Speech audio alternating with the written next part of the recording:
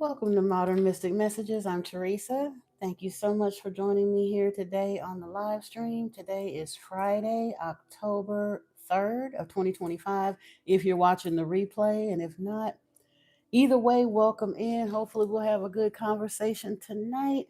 I got a couple of things on my mind, a cool article that I watched that I wanted to talk about. So I'm going to give a few minutes for some folks to come in here and then we'll get going. Let me do this. I think I need to. Hey, Miss Brittany, welcome, welcome. Bear with me a second. I need to adjust this camera. Hey, Niana, welcome in, welcome in. I know I'm probably crooked here. I should have got this right before I. Okay. Let me see. Hey, Jilly, welcome, welcome. How is everybody? Beautiful Friday to you.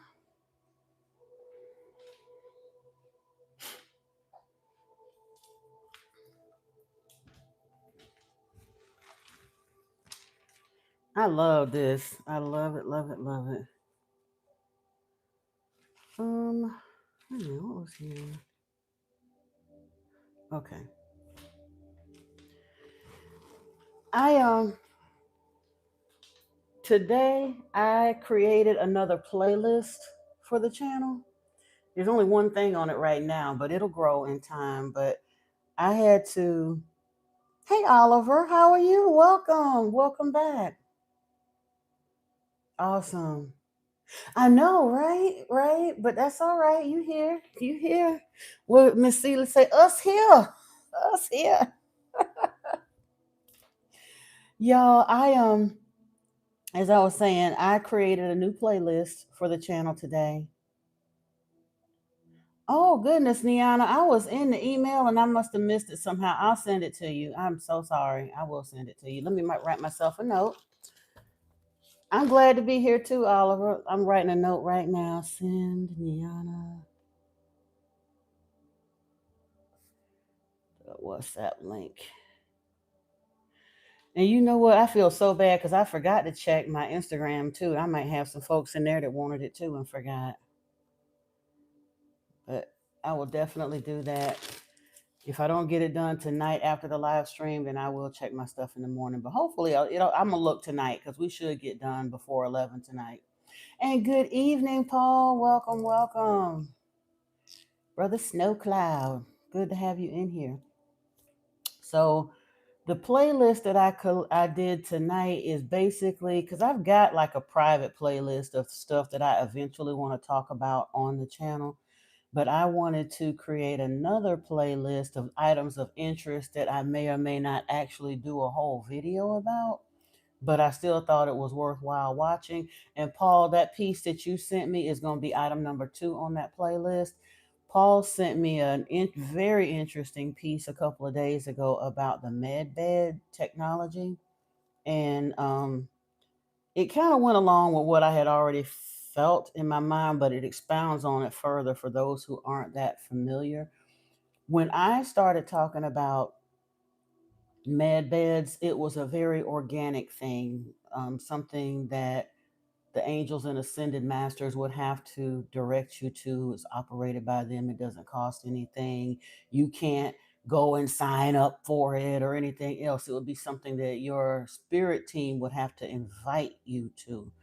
And that's what I was talking about when I mentioned med beds. But I've noticed in the past several years, there has been an upsurgence of companies that are talking about launching med beds and making them and things like that. And this article or this video was super interesting because it was a lady that was talking to one of the AI platforms about it, and they came up with the same thing that I had kind of deduced, that those commercial med beds, anyone that is truly interested in ascension would do themselves a favor and steer very, very, very clear of them.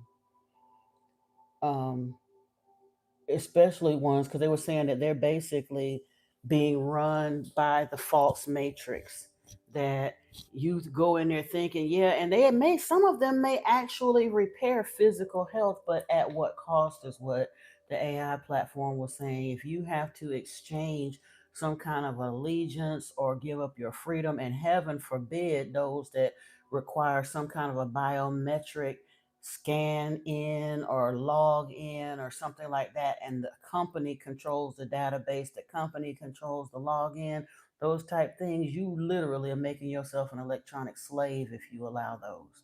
So they were saying, yeah, you don't want to go that route. And I wholeheartedly agree. I didn't want to go that route either.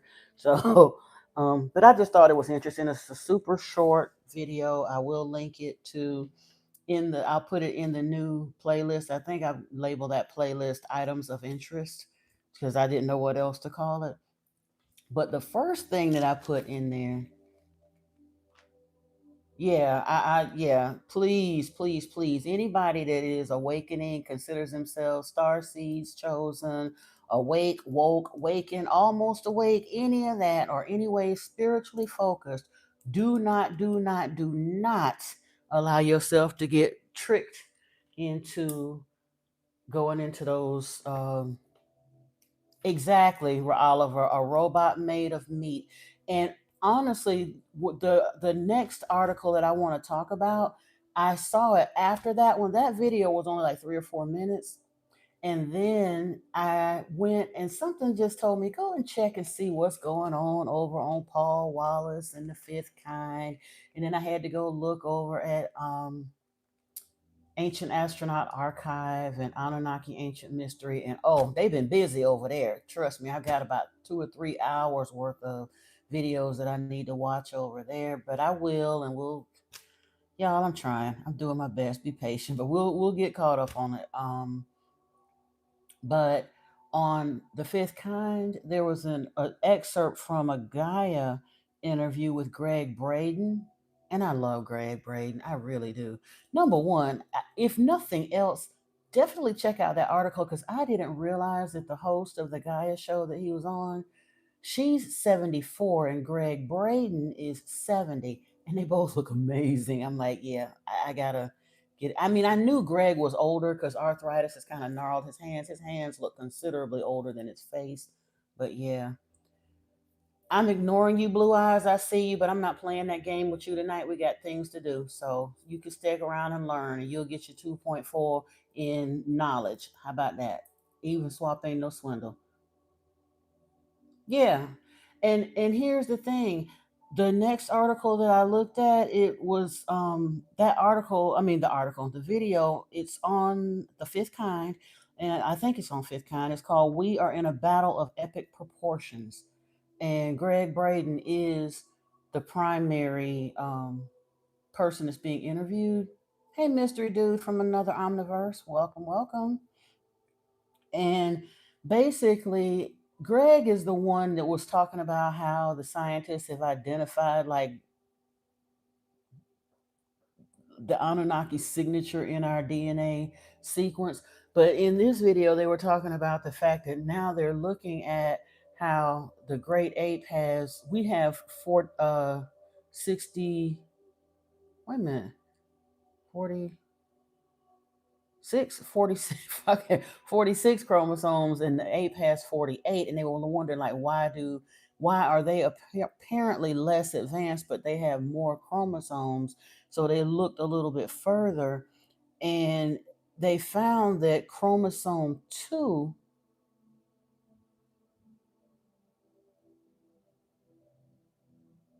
you say you got triggered yesterday and you left. Will he be mad at you? Will who be mad at you? Well, it depends on where you left. Wasn't even aware you was in the live stream here. You talking about you left your man? If you found the need to leave your living situation, that's on you. If they pushed it to that, I can't tell you one way or another. If you left your man and it was that triggering that you felt the need to leave, then it really don't matter. That was your decision. Who cares whether he mad or not? He scratch his butt and get glad or straighten up and honestly, if you left, I hope you have sense enough to stay gone or at least stay gone long enough to figure out what you really, really want to do. That in and out, back and forth is a good way to either have somebody not take you seriously or for you to get seriously hurt. Okay? If he's a narcissist and you left, if you go back, be prepared to fight for your life. That part, okay? Don't play with a narcissist, number one. And if he is a narcissist, good on him being mad. You need to be going out the door like this and make it your business not to go back. Who gives a rat's butt whether he's mad or not? Hope he is mad. Hope he also grows and learns from the experience. Say goodbye to your karmic soulmate. Go somewhere and heal so you don't have to go through that lesson no more, Gerlene. That's all that is. I'm sorry. I done had a lot of jackasses in my life, so I don't really give a flip no more whether they mad or not. Of course they're mad. His good thing just left. He pushed the envelope and didn't think he was gonna push you to that point, and you left. Oh well.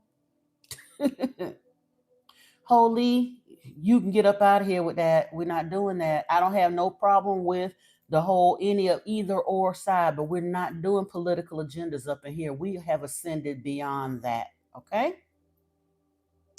The human record for real. A narcissist going all the fact that you do anything that shows any level of independence, a narcissist ain't gonna like it. Yeah. Good job. That's what we need to say. Round of applause for Gerlene. Just make sure you don't go back. Okay, well, guess what? In the US it ain't. So like I said, who cares? I will don't spam up in here, Holy. That's all I can tell you. Because the mods don't play up in here. Hey, Michael Stevens, welcome, welcome. You are welcome here, Ho, but only if you behave. We don't come with the foolishness, and I know you about foolishness because of your very chat name here. That's ridiculous and extremely immature. But we're gonna ignore that if you want to stay and act like somebody and learn something. But yeah, he was talking about how they looked and realized chromosome 2 shows, number one, it shows a couple things. It shows that we are engineered. So it actually kind of highlights the arrogance and ignorance of the scientific community and those that want to claim pure atheism, because it shows that we are engineered in such a way that it could not possibly have been a random evolutionary occurrence. And one of the things with Darwin's theories on evolution, he was saying that evolution provides changes that are needed at the time that they're needed. And we have been so heavily over engineered, and it was such a jump in it that there's no way it could have been a natural evolutionary step. Number one, they never have found that missing link. It's not a gradual process. It's like quite literally boom, 200,000 years ago, we popped up here. We evolved, whatever, a little bit, because our basic genome has not truly evolved until very recently. We've started showing symptom signs of evolving. But for 200,000 years, we popped up out of nowhere, dramatically over engineered, did not evolve at all until Atlantis and Lemuria just basically went under the waves about 11,000 years ago, and then civilized man, Adapa and TT popped up with a few modifications, but boom, it's like very specific random things. But the thing he was talking about, this chromosome 2, they noticed that in the human genome, there seems to be a fusion, a telomere to telomere fusion of two chromosomes in that sequence. And it shows us it's an ancient relic that these two chromosomes were fused on the telomere ends. And then there was a removal of the redundant genetic material off each of the chromosomes that were going into the fusion. That's why and how we are different from the other primates. And I just thought that was extremely, um, oh, yeah, but that's what I'm saying. It amazed me, Oliver. And I'm not saying that Collier didn't say that, but nobody wants to believe it. And hi, M, welcome in, welcome to the chat. Um, in their arrogance between the scientists end and the politicians and the religious end, nobody has really wanted to pay attention to that, because a lot of folks have said something similar over the years, but they didn't really want to give credence to it, and science has only been allowed to say so much, because even then they'll turn around and make a statement and then kind of have to backpedal in order to appease politicians and religious leaders.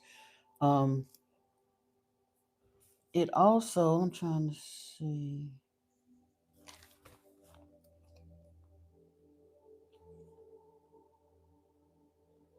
Yeah, and because of that, I was also watching something else, and I don't remember if it was in the same piece, but because of that, they were talking about the dangers of pushing the transhumanism agenda. And like he was saying, level one of transhumanism is fine. Yes, we use prosthetic legs and eyeglasses and contact lenses and things to better our quality of life when there's some sort of a discrepancy there. But they're trying to get to that point where they are they've been attempting to transfer human consciousness into a computer program. That is extreme arrogance on the part of scientists and geneticists. But it's also, we were over engineered for a reason so that we could reach our potential, and they're basically pushing us on this idea of becoming lazier and lazier and allowing computers to come in and take over functions that we should be doing, and then trying to push the issue of immortality by transferring our consciousness into machinery, and that's just ridiculous. Whatever you say, holy.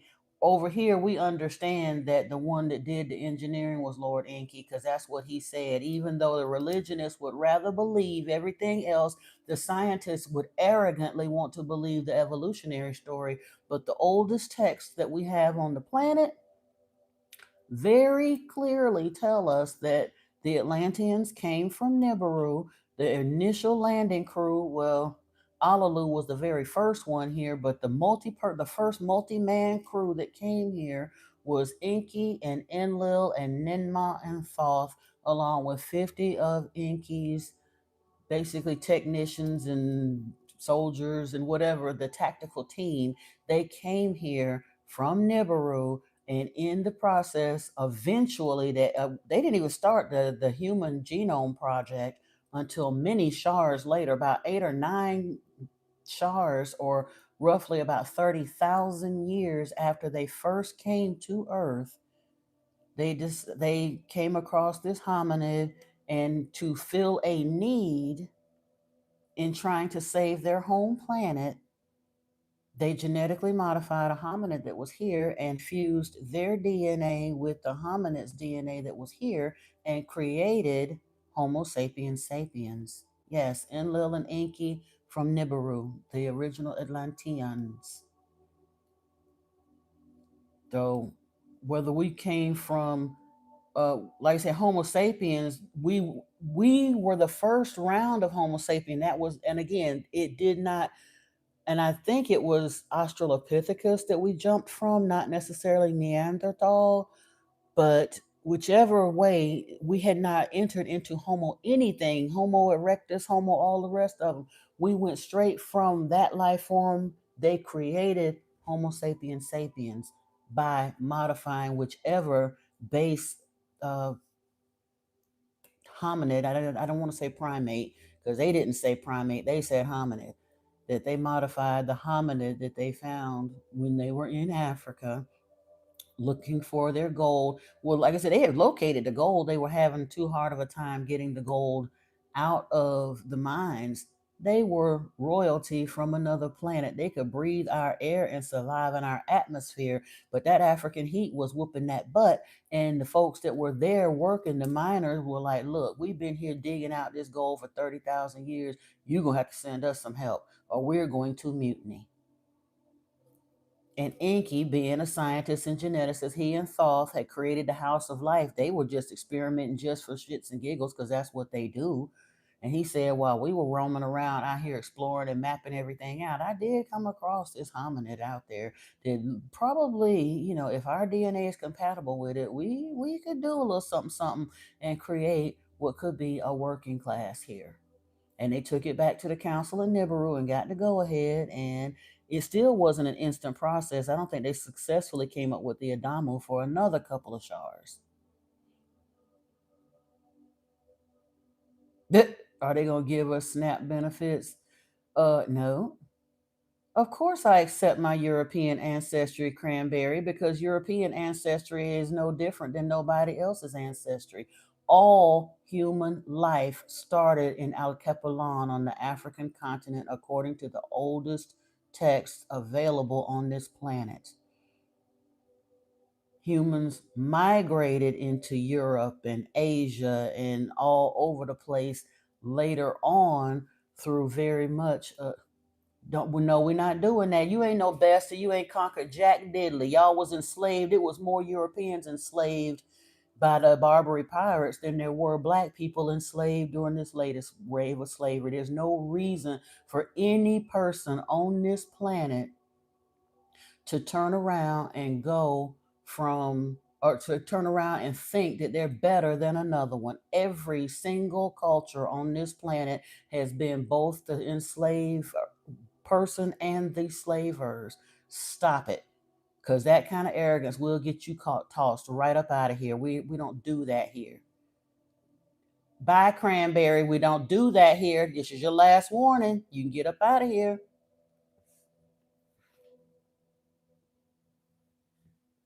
You said they enjoyed their times on Earth because they treated it like a big science class. Yeah, look at the walls of the pyramids.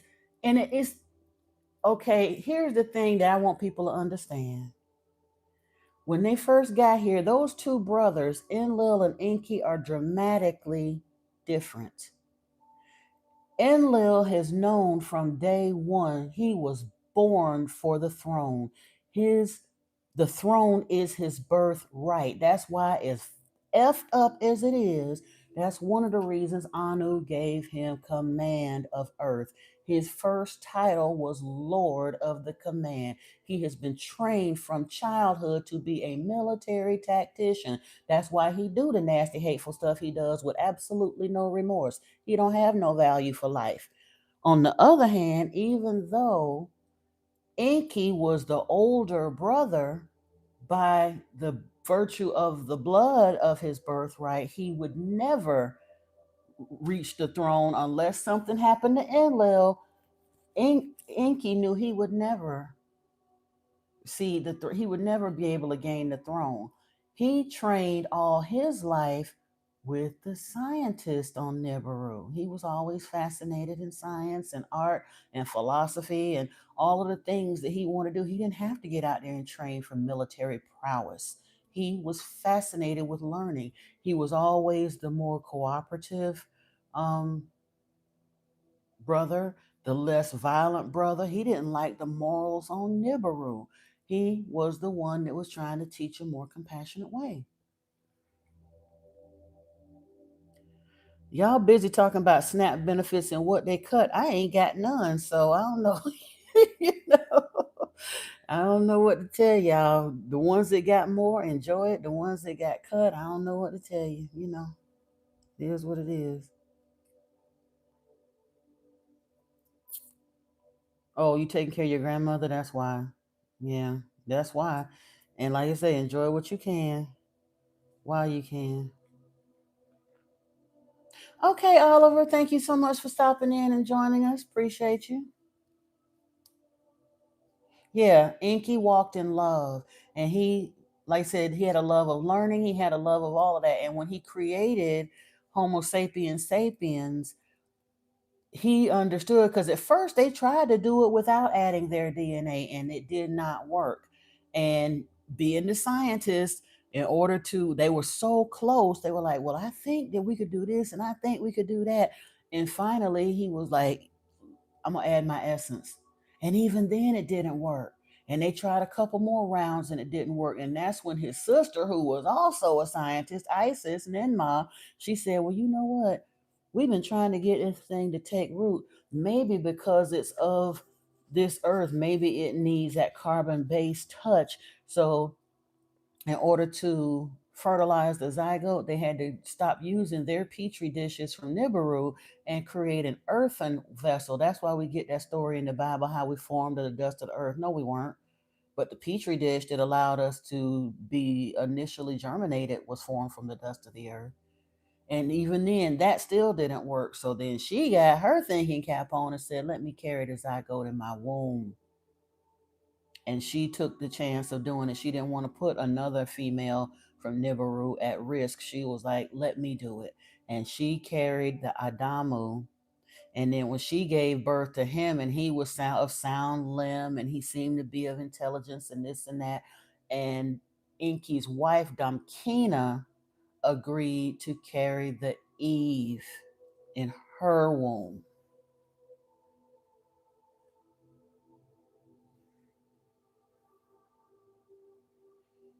Hey, Sajadi, how are you? Good evening, good evening.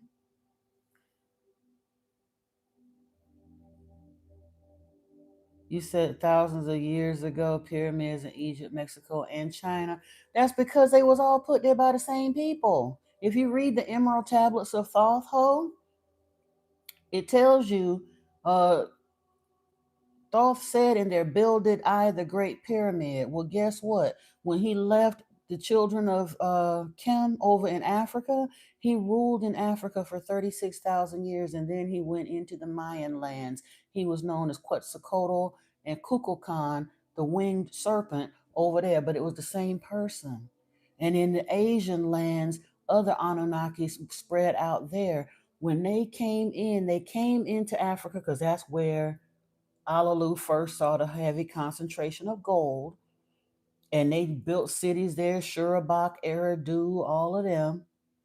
And in time, as humans began to proliferate over the world and all of that, and that whole Tower of Babel thing, Babel, whichever you want to say it, with Nebuchadnezzar and all of blah, blah, blah, that actually happened, but Enlil was so infuriated that humans were getting too advanced, and he was afraid that we were just getting too smart. He insisted that our telomeres be capped so that we would only live to. He capped our age so we could only live to about 120 years, and he scattered our languages. And when that happened, humans began to spread around the planet. And when they did, they took their Elohims with them. The Anunnaki did not just abandon them entirely and let them roam around like feral beasts. Every pocket of the earth that they went, an Elohim went with them.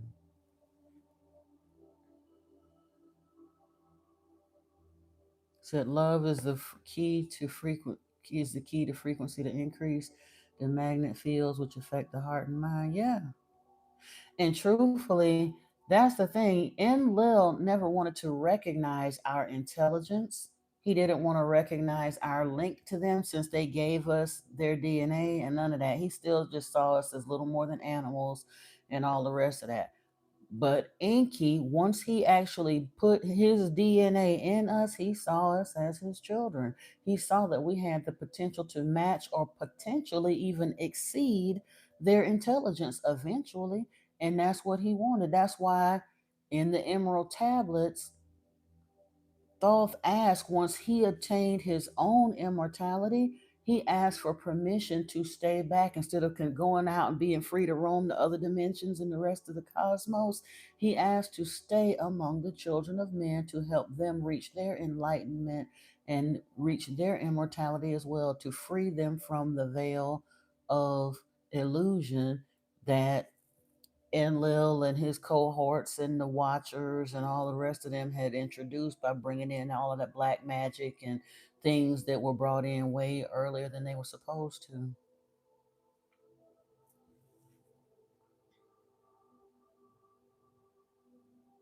That's what's up, Antoine.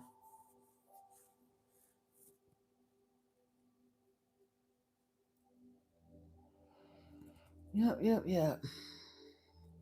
But anyway, I just thought it was a super cool article, and like I said, kind of warning us against some things. Be very, very mindful of that whole AI issue.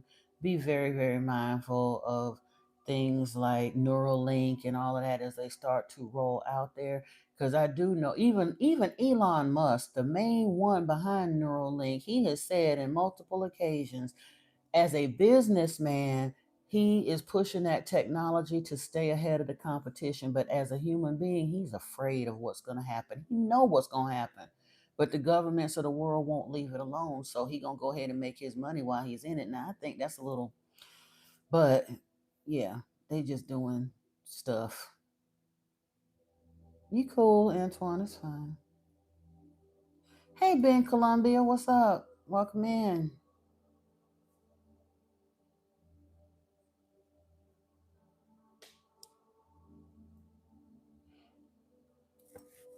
Y'all, I could not for the life of me remember which live stream we had talked about the whole sacrifice in the temple thing and all of that. And I spent most of the morning going back through watching old live streams trying to find it. I finally found it. I need to do a regular upload about that conversation, a shorter version though, because I know it's a lot of people are not going to watch through that whole live stream to get the nuggets out of it. And it honestly is a conversation that I think folks probably need to revisit from time to time because it had completely slipped my mind. I ain't gonna say slip my mind. When we start reading the Bible, it's easy to get kind of lulled off into. It's almost like a hypnosis point. You reading the stuff to be getting through the chapters, but some of it gets so difficult to read, you don't really be paying attention to what you're actually reading. Hey Igwap, how are you? Welcome, welcome.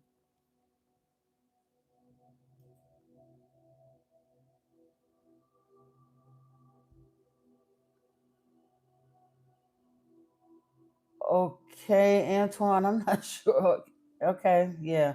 They've been telling us every movie that they make out there with us merging our intelligence with a machine ultimately winds up not being a good idea to do. They've been showing us that for 30 or 40 years through the so called entertainment on this planet.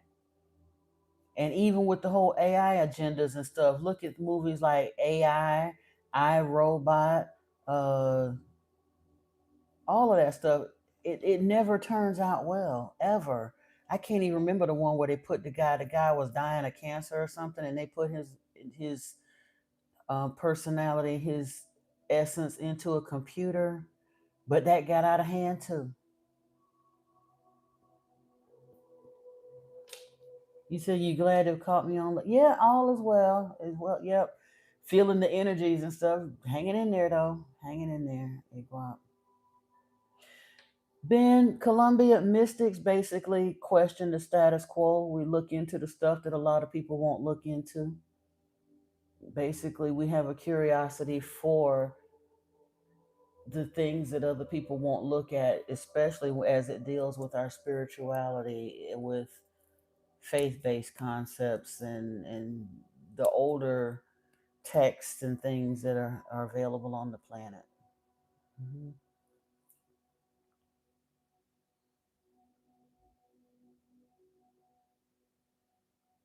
Iguap, even if you can't catch a live, I encourage you to go into some of the playlists. The last couple of videos that I uploaded to the channel, I did a discussion of Amos and Obadiah, and as basically as it deals with the nature of Yahweh. That was a really good one. And I was just talking about one. There was a live stream. I'm wearing a solid purple dress in it, but it says something about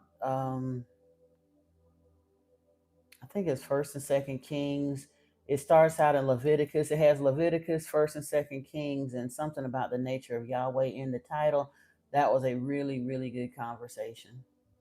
The Schumann resonance been off the charts again, of course. Yeah, with all of these planetary events and all of that stuff. And we got to remember that asteroid, whatever that thing is supposed to be approaching. Isn't it like the 25th of this month? I think it's supposed to be closest to the sun. Like I said, everybody just doing the best they can. I'm not sick, but I've been kind of, some days I feel really good, some days I don't. Oh, my frequencies, be outside, inside, whatever. The buzzing in my ears have ramped up to epic levels lately. Yeah, it's at 31 now. Wow. Yeah. So far cry from 7.83, or is it eight? Wasn't it seven? Ain't 7.8 or 8 point whatever it is? But yeah, 7 or 8 is what it's supposed to be, and now it's 31.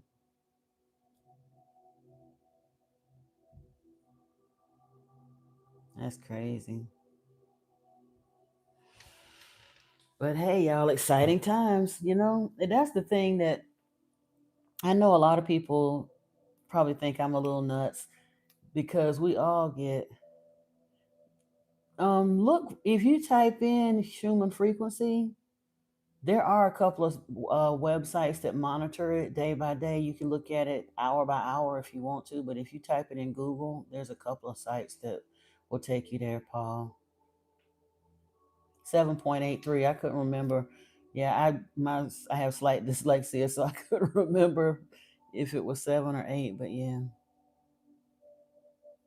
it's been 7.83 hertz for like the last 75 or 80 years, but it started really, really flexing up in around 2019 because I was watching it a little bit. And I don't watch it every day. I can't say that, but I noticed in like 2018, 19 or so, like I said, in 2018, my frequency started jacking up so bad till I was literally destroying Bluetooth devices. I could not use Bluetooth headphones at all. Either the pressure would build up so much in my head, it felt like my head was going to explode, or they would just stop working. And I went through about 5 or 6 decently priced um, sets of Bluetooth earbuds trying to find some that will work. And every single one of them, in less than like a month, 2 months at the very latest, one of the earbuds would stop working. Oh, okay. You thought she gets it off of a YouTube channel? Yeah. I would imagine there are, well, YouTube got some of everything. I didn't even think about looking here, but yeah, you could type it in here as well, I guess.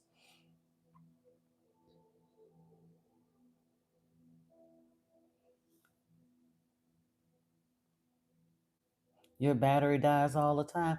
I can use them now to a degree. I just don't care to. But no, I'm serious. From like 2018 through the end of 2019, my frequency was destroying them. Sometimes my frequency would even interfere with my regular phone calls, even if I wasn't on Bluetooth. I've had that happen a few times as well. It was changing. Um, so I just stopped, and then I mean I have some Bluetooth earbuds now, and I don't use them very often. Maybe that's why they're still lasting because I don't try to use them daily. So you've been burning up cords and chargers. Oh wow.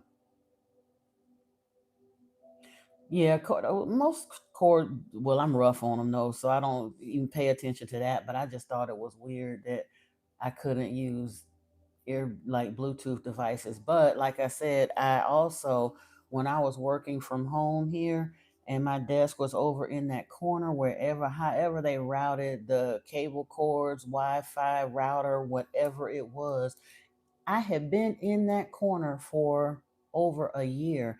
And then all of a sudden, one day, something shifted in the frequency. And if I sat up straight like this, it was a solid humming sound that felt like it was going clean through my head. If I lowered my head past that particular latitude, it would stop. And it was so annoying till I eventually had to just move my desk out of the corner. No, I don't predict nobody's future, Yash. And John, you might want to keep that to yourself. That's disgusting, and you will be removed off of here. Okay? That's your business. Your frequency blows light bulbs when you walk in rooms. Wow. See? I'm glad to know I'm not the only one, though, because again, if you've been doing any kind of cleansing, meditation, you're working on raising your frequency, like I said, it may not be a physical evolution that people notice, but there's something happening for sure.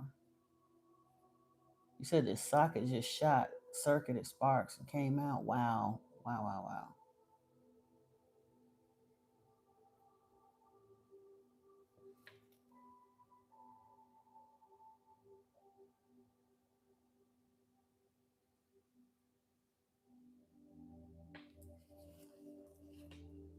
Yeah, but yeah, we talk about spiritual things here. Now tomorrow, if you're interested in tarot, I'm a tarot reader, but I am not a psychic, nor am I a fortune teller. So you'd have to go and find somebody that professes to do that. I don't predict nobody's future. I can predict humanity. Well, I'm not even predicting humanity's future. I'm just pointing to the book. We all have frequency, honey. You didn't know? Let me tell you something. Do this. I want you to do something for me. Do this. Bring your hands apart. Now start bringing them closer together and see if you don't feel them tingling. Your hands emit frequency. Your whole body emits frequency. We are a transmitting and receiving mechanism. It's a wavelength, like I said, wavelength vibration. Everything on this universe, everything we can perceive, anything you can look at, see, touch, taste, write down, anything, all of that is frequency. And because Gaia is evolving and her frequency is shifting, those of us who are allowing ourselves to clear our energy, we're kind of unplugging from the matrix. Some of us have been led to change the way we're eating. We're not quite so sugar laden, we're not quite so chemical laden anymore. We're getting away from a lot of those things that keep our frequency lower. And when you stop doing the things that lower your frequency rises. And it gets to a point that it does start to interact with some of the other things around here. You could pick up, like I said, I can sometimes Wi-Fi signals and stuff mess with me, or electrical things bother with me, but it's not a bad thing. It just means that we are evolving. The timelines are splitting and we're evolving, and some of us are evolving into 4D, 5D. They've been talking about that for over 50 years now. So, stick around, do some searching on YouTube, whatever you're going to do. But yeah, frequency is a real thing. Of course, there's positive and negative frequencies. There's positive and negative frequencies in the physical realm. That's how batteries work, right? And we know that there's negative frequencies. Look at the nightmare of a mess we see out there when we turn on the TV and look around. Now, I'm only going to assume that you're being real in your questions, but it doesn't really seem like you're doing much critical thinking right now. Is there a positive and negative frequency? Yeah. How do you differentiate between them? Number one, by how they feel, and number two, by the results that they come up with. Look at what politics and religion are doing for the planet right now. It doesn't feel good, and the results are not good. Negative frequency. That's a very simplistic way of looking at it, but I mean, basically, it's just about that easy. Most of us within reason have a pretty good barometer of what is actually positive and for our good and the highest good of all, and what is not for our good and not for the highest good of all. Now, some of us have become so adulterated or low consciousness or low vibrational in our thinking that some people out there will embrace things that are not for other people's good. They think that it's okay to embark on, encroach on other people's rights, or take other people's lives, or cheat and steal and lie and all of those very low vibrational things. But people that embrace those sorts of things are low vibrational beings. What if the results are good for one person and bad for the other? Then it's genuinely not a, how can it be considered a good thing? Because what makes you better than somebody else?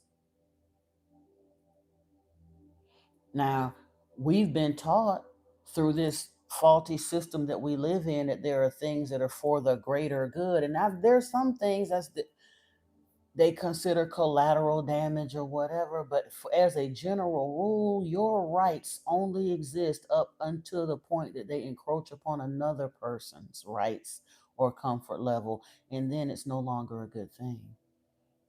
Why is it that I get to do whatever I'm going to do because it feels good to me, but then it turns around and it's hurting somebody else?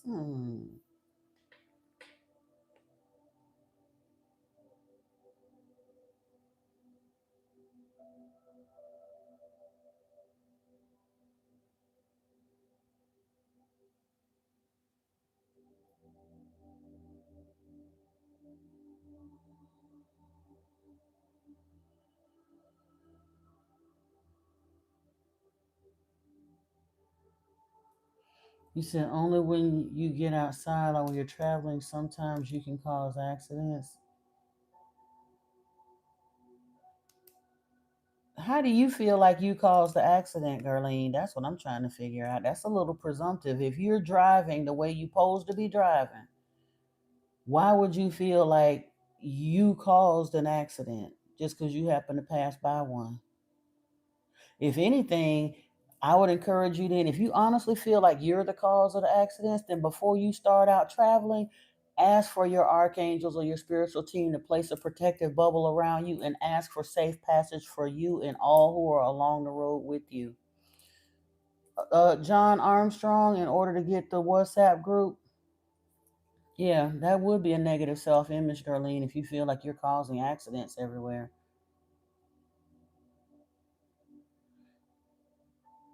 To some degree, frequency and morality are not exactly the same thing, but you're the one that asked about positive and negative frequencies and how you can tell the difference. So you are the one that put it on the likelihood to liken it to morality and the results being good or bad, Yash.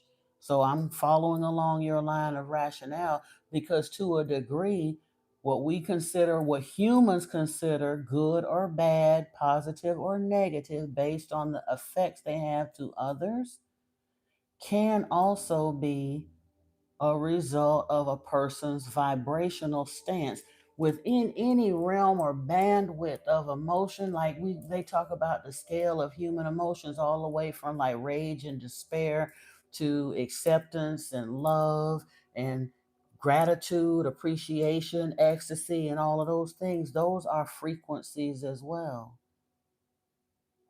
And that's the basis under which you approach the conversation. So that's the basis under which I was taking it up. And no, John, no, you won't. I don't want to see what you got. And are you the one that was coming back with that nonsense? You really, really, really, really ain't got nothing better to do with your life. You want to sit here with your little measly self and talk about wanting my WhatsApp so you can show yourself off for all of me. What make you think I want to look at your little raggedy behind, John? I got a man that's fine to death, and I guarantee you, I don't want to see nothing. If you gotta approach a stranger to try to get somebody to look at you, I know it ain't nothing nobody want to see. Carry yourself somewhere, please. I'm 57 years old. I done seen more wang in my life than I care to anyway. I'm operating on surplus now. I'm good. I promise you, I won't like you because you ain't got no couth, John. You're very disrespectful to come in here talking about showing your little nasty private parts here. Don't nobody want to hear or see that. I do believe that positive and negative frequency exist. They have to. They're the byproduct of creation. When the one who what we perceive as negativity is the collateral byproduct of creation. When the one divided itself unto itself, the idea or the principle of masculine and feminine were created. I'm not talking about gender. I'm talking about the masculine principle and the feminine principle. That was in order to create. The feminine principle births. The masculine or yin principle acts. But in doing that, the push off from anything in this particular environment that we're in, one of our cosmic or universal laws is the law of relativity, that for every action, there's an equal and opposite reaction. So if we are moving forward in what we would consider a positive manner, the spin off to it would be considered a negative uptake. And in time, same thing will happen with emotional frequencies as well.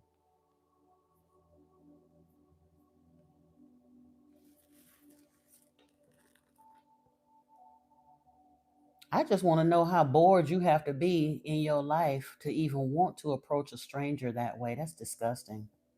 Do you really think that little of yourself?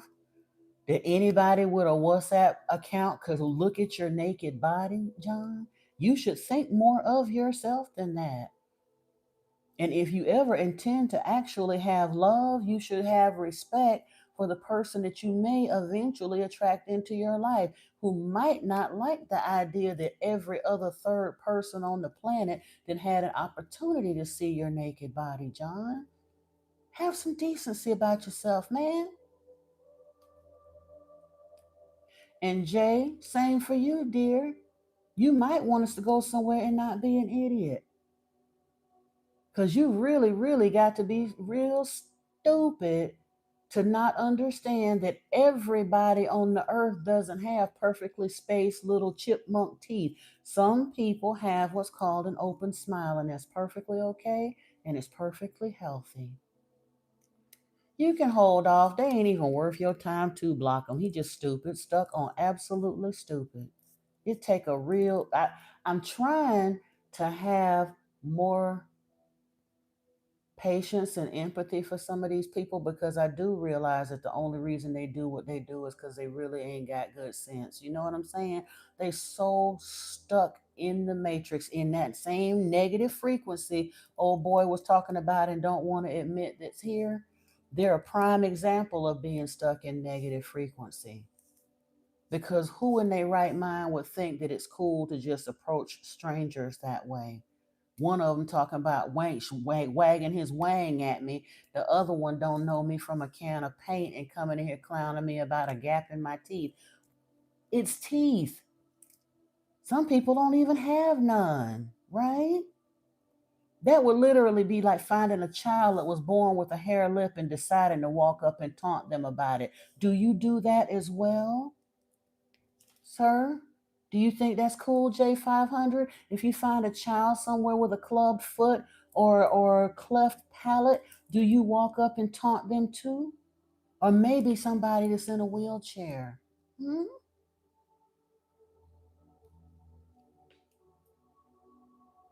So, what makes you think that it's cool or funny to just walk up and taunt strangers about physical features? There are 8 billion people on this planet. Thank God we have diversity. Thank God everybody don't look like you. And I don't even know what you look like. You can take that as an insult or not. It probably is. But thank God everybody on the planet don't look just like you. Right?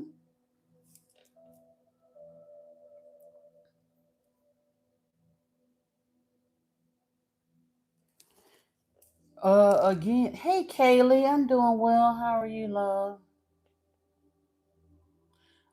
John, number one, you didn't never have nobody to teach you no morals and boundaries. Number two, you never had nobody punch you in the face for being an ass. That's start. You can change that by choosing to grow up and mature and realize that behind every computer screen there is an actual human being. So if you wouldn't want someone to treat you a certain way or speak to you a certain way, do that. I'm not a video game, I'm a human being. Being human. And just like you would like for someone to have respect and empathy for you, grant other people the respect and empathy you would like to be shown. If you wouldn't want anyone talking to your mother that way, then don't talk to somebody else's mother that way. I'm a 57-year-old mother and grandmother. That part. I'm not a video game. I'm a human. So that's the first thing. If you can get that in your head, and then Yeshua said, do unto others as you would have them do unto you, not as they do you. So just because you've been around a whole lot of low energy people that do a lot of hateful, nasty, low energy things in the name of having fun does not mean you have to continue to live your life that way. You can choose to be the bigger person.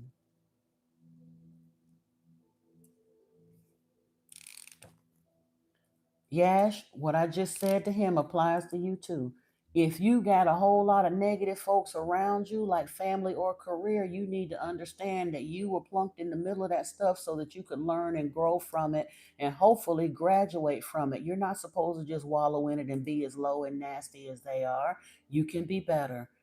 That is a life lesson. That is called a karmic lesson for you. That is something that you're supposed to learn how to overcome and move past. It's for your soul growth. You don't have to be a disgusting individual just because you was brought up around a bunch of other disgusting individuals. No, Gerline, that what they need, they really needed parenting. I don't have no problem with talking to them. If they stick around here long enough, maybe they'll learn something, you know? Because it genuinely is mental illness, but it's basically brought on because they're stuck in a paradigm in the 3D matrix that has taught them that being nasty to people is a cool thing to do, and it's not. See, I have to realize that the negative is to just be ignored. This is how you build your frequency to a positive level.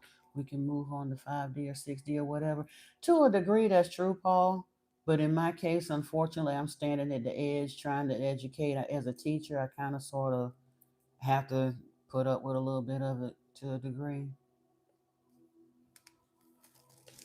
No worries, dear. If you choose to stick around, hopefully you'll learn some other cool things because we get into a lot of really interesting things here that hopefully can help you elevate your consciousness. Because here's the thing, while I don't believe in a burning hell and all that stuff that they teach you in church to try to scare you to death, there is a sense of urgency in that the Anunnaki did say, no, don't do it, Antoine. He apologized. Leave him be. I never said that TD Jakes was. I know TD Jakes is a charlatan J500. I know that. That's why I'm here doing what I do. That's why I put up with people like you and like John and all of that. And here's the thing, I can't win them all, but every once in a while, I do have folks that come in here as trolls and wind up apologizing just like John did. And they stop and they learn some things. And after a while, they'd be like, oh shit, she really know what she's talking about. Because the TD Jakeses and the Joyce Myerses and all of them, whether they sincere or not, I'm not gonna get into all of that. Although anybody with common sense can kind of sort of see that those folks are on some different type of time. But somebody has to come out and say the things that they won't say to counteract the lies that they tell. And Yeshua has put it upon my heart to be his mouthpiece where they will not. Don't I got some kind of glitter or something? Mm-hmm. Yeah, I don't know what that is, but anyway, probably my folded up lip, but it'll be all right. But yeah, you're not going to learn the truth in church because there's no truth in it. Yeshua said, look, how can the church teach you the truth when the one they worship ain't got no truth in him? Yeshua said that they was worshiping a liar and the father of the lie, that he don't know the truth because it ain't no truth in him. He said that in John chapter 8. So you're right, J500, TD Jakes, and the rest of them is something sort of kind of like a big bunch of nothing that I need to. I'm here to talk about something differently. What do I think about psychology and evolution? Um, a lot of the psychology of this planet is very flawed because a lot of the psychology that's taken over the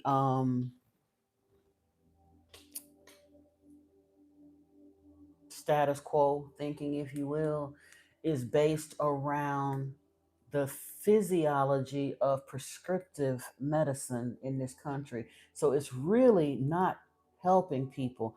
And the reason you know it ain't because think about psychology in, I can't speak for the rest of the world, but I'll get there, J500.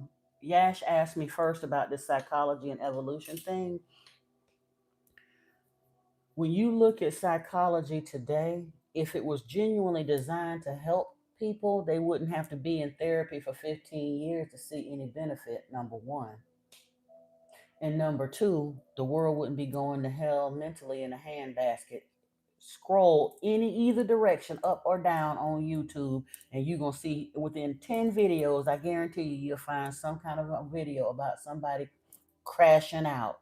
People are losing their minds in this day and age. So There's something very flawed about the way they're approaching psychology. Number one, they're removing spirituality from things. And mental health, it doesn't need a religious basis, but it kind of sort of does need a spiritual one. And that's a huge problem because religion is feeding people lies, but they also want to disavow the need for the spiritual. They have lopped off the spiritual, and humanity is really, really at a very low point of consciousness on this planet. Let's put it, just leave it there. So, I'm not saying that there isn't a need for mental health practitioners. Now, if someone has really got an issue going on, I look, I'd be the first one to tell somebody go to a doctor if that's what you feel you need to do because you got to start somewhere. But it's not a be all end all solution. And I think more people would do themselves a favor to tap into their spiritual side. Maybe even in tandem with psychology so that they could understand themselves better and actually see some progress instead of just making a therapist rich, paying them for the next 20 years.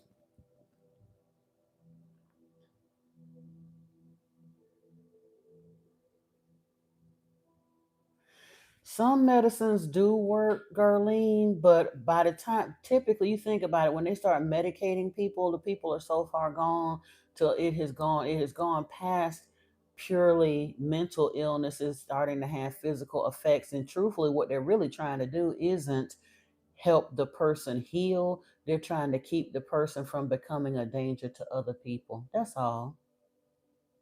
And even some of those medications don't even do that because a lot of those medications, one of the side effects of quite a few of the psychiatric drugs that we have in this country today, the side effects are suicidal ideation. So they ain't even trying to help the patient. They just are literally trying to keep them to where they can keep them on the streets and not have to put them in asylums anymore. That's all. And that's why I can't I can't completely dismiss it because some people need it and some people claim to benefit from it, especially when they start getting some of the more dramatic diagnoses that are hard to manage on their own. But my question would be is why don't medicine figure out why so many people are going mad? Why is there so much uh, schizophrenia and bipolar and this and that? Well, we know that's a byproduct of all the chemical poisoning that we have going on between the programming of the matrix and the way that they're poisoning the food and water supply. That's why we're seeing so much of it. And instead of them dealing with the cutting, like say, rather than deal with the problem at the root, allopathic medicine, which is the type of medicine that modern medicine is, allopathic medicine, the whole premise of allopathic medicine is to medicate away symptoms and or cut off the offending parts. It is not designed to heal anything. Even we just talk about psychiatric medicine, medicine period. Think about when you go to the doctor with diabetes. They've been telling us for the last 50, 60, 70 years that diabetes was an irreversible condition, and that is a bald-faced lie. The only time it's not irreversible, typically, unless it's super far gone, but typically in the beginning stages, the only time it's not reversible is if it's type 1 diabetes, which is a true lack of the body's ability to create insulin because of a faulty pancreas. But type 2 diabetes, which is what the vast, vast, vast majority of people around the world, especially in the United States, are succumbing to, it's a disease of excess. They've laced sugar in everything we consume, and the pancreas is burning itself out trying to trying to absorb all of that sugar out of our bloodstream, and they steadily pumping it in. And their idea, rather than to teach people to eat properly, they just give them insulin because every few years they can adjust the patent on insulin and keep people having to pay. And eventually, between the insulin and the sugar and all the rest of that stuff. Even the insulin won't work, and it'll completely burn out your pancreas, and then you can go on dialysis, and then in approximately anywhere between 6 to 10 years, you'll burn out and die, and then oh well. See, we told you it was incurable. That's the way they do here.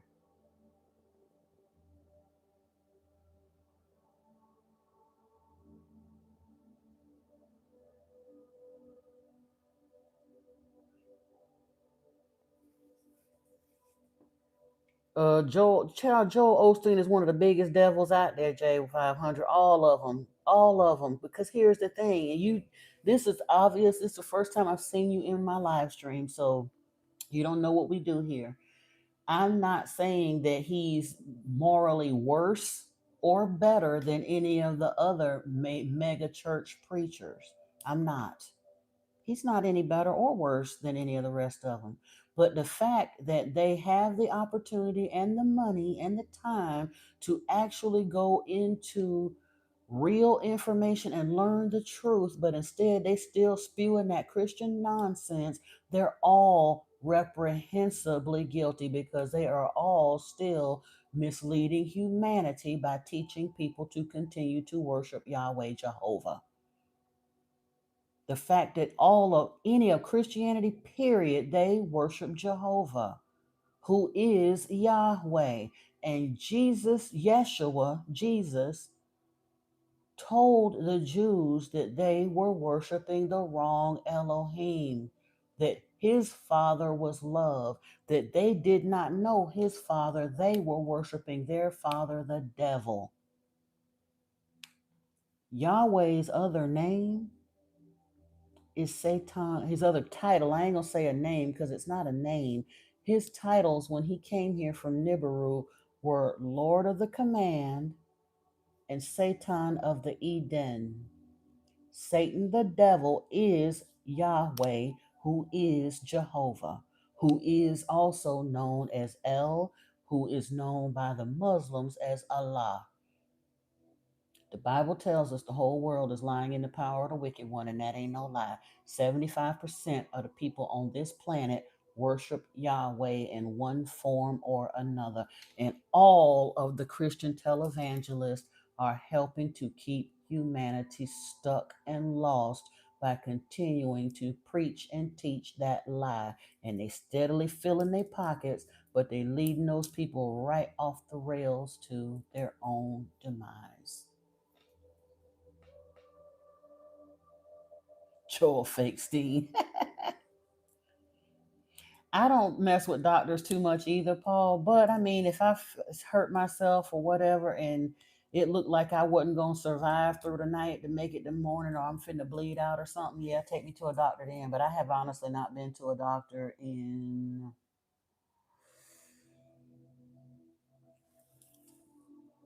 well, other than a basic checkup where I had some lab work done in 2017 or 18. Before then, I hadn't been to a doctor since 2010 when I had a car accident. I don't really do doctors either. Hey, Omar Abu, I'm a cancer. What difference does it make? You asked because a psychologist would say my reality is delusional. Okay, and guess what? My beliefs are not based on personal anecdotes, confirmation bias, or superiority bias, or placebo effect. Yash. My right now, my beliefs are based on a careful examination of ancient texts that are way older than any of the stuff that psychologists base all of their stuff. They sit up in college based on some folks that was quite honestly off their rocker. Look at Jung and Freud. Those are the grandfathers of modern day psychology, and they was both batshit crazy.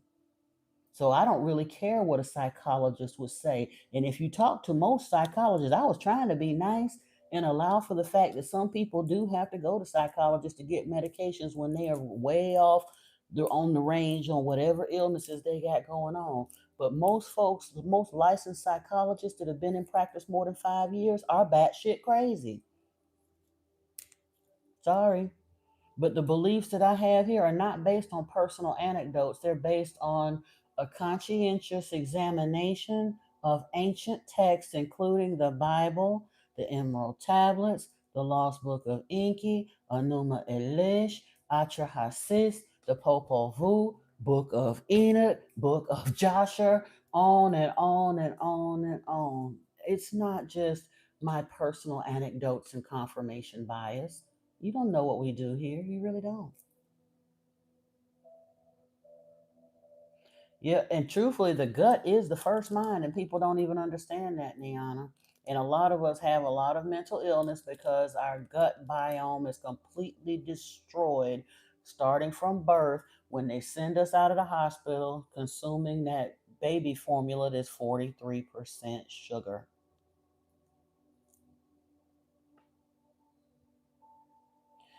You said a person that you consult tells me how's she gonna tell you I'm delusional and she don't even know me, Gerline? But you can believe what you want to because anybody that's willing to call somebody that they haven't even had a conversation with and they're trying to call me delusional, then where's their delusion? Because they don't even know me like that. She's a spiritual teacher. Okay, well, exactly. And a lot of them do have a lot of superiority bias. All of those televangelists that y'all have mentioned in the live stream just now, oh, they would be quick to point about their years of experience and how much they know, and especially if she's of a Christian basis. Oh, them some of the most arrogant people you'll ever see on this planet. But that don't make them right, right? You had a sugar cookie, you felt the sugar and got a headache afterward. Yeah, I'm surprised you didn't start feeling kind of snotty too. She tell you you're delusional too? Yeah, because they are crazy. Then why do you, Gerline, then that's the point. Then you need to stop consulting her. You gotta know. Here's the thing. The scriptures tell us to search for ourselves and use our discernment. We got enough sense to know what sounds right and what feels right and everything else to us. So why in the world would just because you go and somebody puts themselves in a position to be over you and then they're gonna turn around and tell you you're delusional? Stop seeing her. Stop seeing her. Because one of the things that was brought to my attention early, ooh, I love lima beans too. Whether you cook them with ham or not, because I done learned how to do enough vegetarian cooking. I don't even have to have meat in my beans no more. They still gonna taste good. Put a little liquid smoke in there and some sesame oil and some other goods. Yeah, just make sure you season them up good. Put like a packet of onion soup mix in there or something. Good stuff. Good stuff. But yeah, Gerline, one of the things that came to my attention early on before I really got down this part of the spiritual rabbit hole, so to speak, in 2017. Well, and I've mentioned it before. I made a conscious choice. I had been kind of sort of on the verge of waking up. I saw the Matrix movie, and of course, that kind of shifted a whole lot of stuff for me. And I saw it several times. If anybody hasn't ever seen the Matrix franchise, all of the Matrix movies, you that is should be required reading for real, because that is not what somebody say. It's not, that ain't science fiction. That's a documentary, like for real. It's cool and all that, but they put a little Hollywood razzle dazzle on it, but they told a lot of truths in there that people just need to know what they're looking at. But I was still asleep for a long time because my life was kind of, I mean, I was raising kids and dealing with men and but all kinds of stuff. But in 2016, I made up my mind. Hey, Cece, welcome, welcome. I made up my mind in 2016 that I was going to learn how to meditate. I had been listening to Abraham and Esther Hicks for a while, and I was cool. I got felt good listening to that. But after a while, I had listened to them for so long that it was kind of like starting to like chewing the flavor out of gum. But I kept hearing Abraham talking about meditation, and I wasn't consistently meditating. So I decided I was going to take 30 days and sit down and consistently teach myself to meditate. And my life has never been the same since. But by March of 2017, I knew that some kind of transformation was underway. I didn't know where all it was going to lead to or what was going to happen.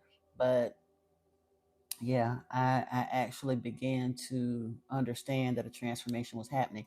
But one of the things that happened early in 2017, around that time, I was sitting on a park bench one day outside of my office building, having a break, and a thought came to me super intensely that when people are beginning to connect with spirit and starting to transform, what the rest of the world perceives as moments of insanity are often moments of profound clarity that the person in their excitement just cannot find the proper words to express.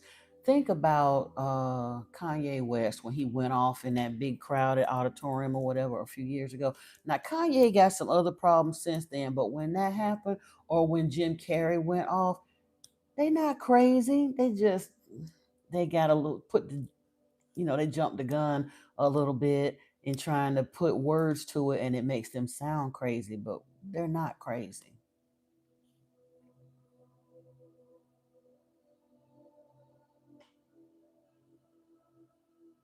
You get the sofrito fricato. Yeah, that do sound good. Mm-mm-mm. I don't even have the patience to caramelize the onions or nothing, but I just let the beans cook down. Lately, I hadn't done any limas lately, though. It's been great northerns for me. I might get some limas, though, next time. Of course, we have a purpose. Well, here's the thing, our purpose is to be. That's our main purpose. Again, we have to go back to the beginning. We were initially created to help the Anunnaki mine gold. Well, they done long since stopped doing that, but we were something new unto the universe. Here's the thing, religion tells you you're dirty, you're useless, you're sinful, and if it wasn't for Yeshua's death, you would just be bound to hell. That's the biggest lie anybody ever told, because they don't want you to understand who and what you are. You are one of the newest sentient creations in the universe. You kind of a big deal. Do you know that beings from all over the universe, all over the cosmos, keep coming by here to see us? Why do you think we have so many UFOs spotted in the sky? They still coming to see us even to this day, because this was the first time that we know of or we've heard anything about. This was the first time that any other created beings in the cosmos dared to play God and mess with the creator of all's creations and jumped the evolutionary timeline by doing a scientific razzle dazzle and creating us. They literally fast forwarded our evolution on this planet by 2 or 3 million years.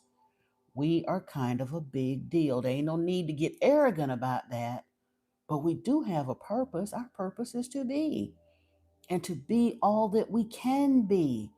That's Yahweh, Jehovah does not want that. He wants us dead. But our true progenitor, Lord Enki, sees us as his progeny. We are his children, and he wants us to thrive and function and expand our consciousness. He wants us to reach our fullest potential. That's our purpose.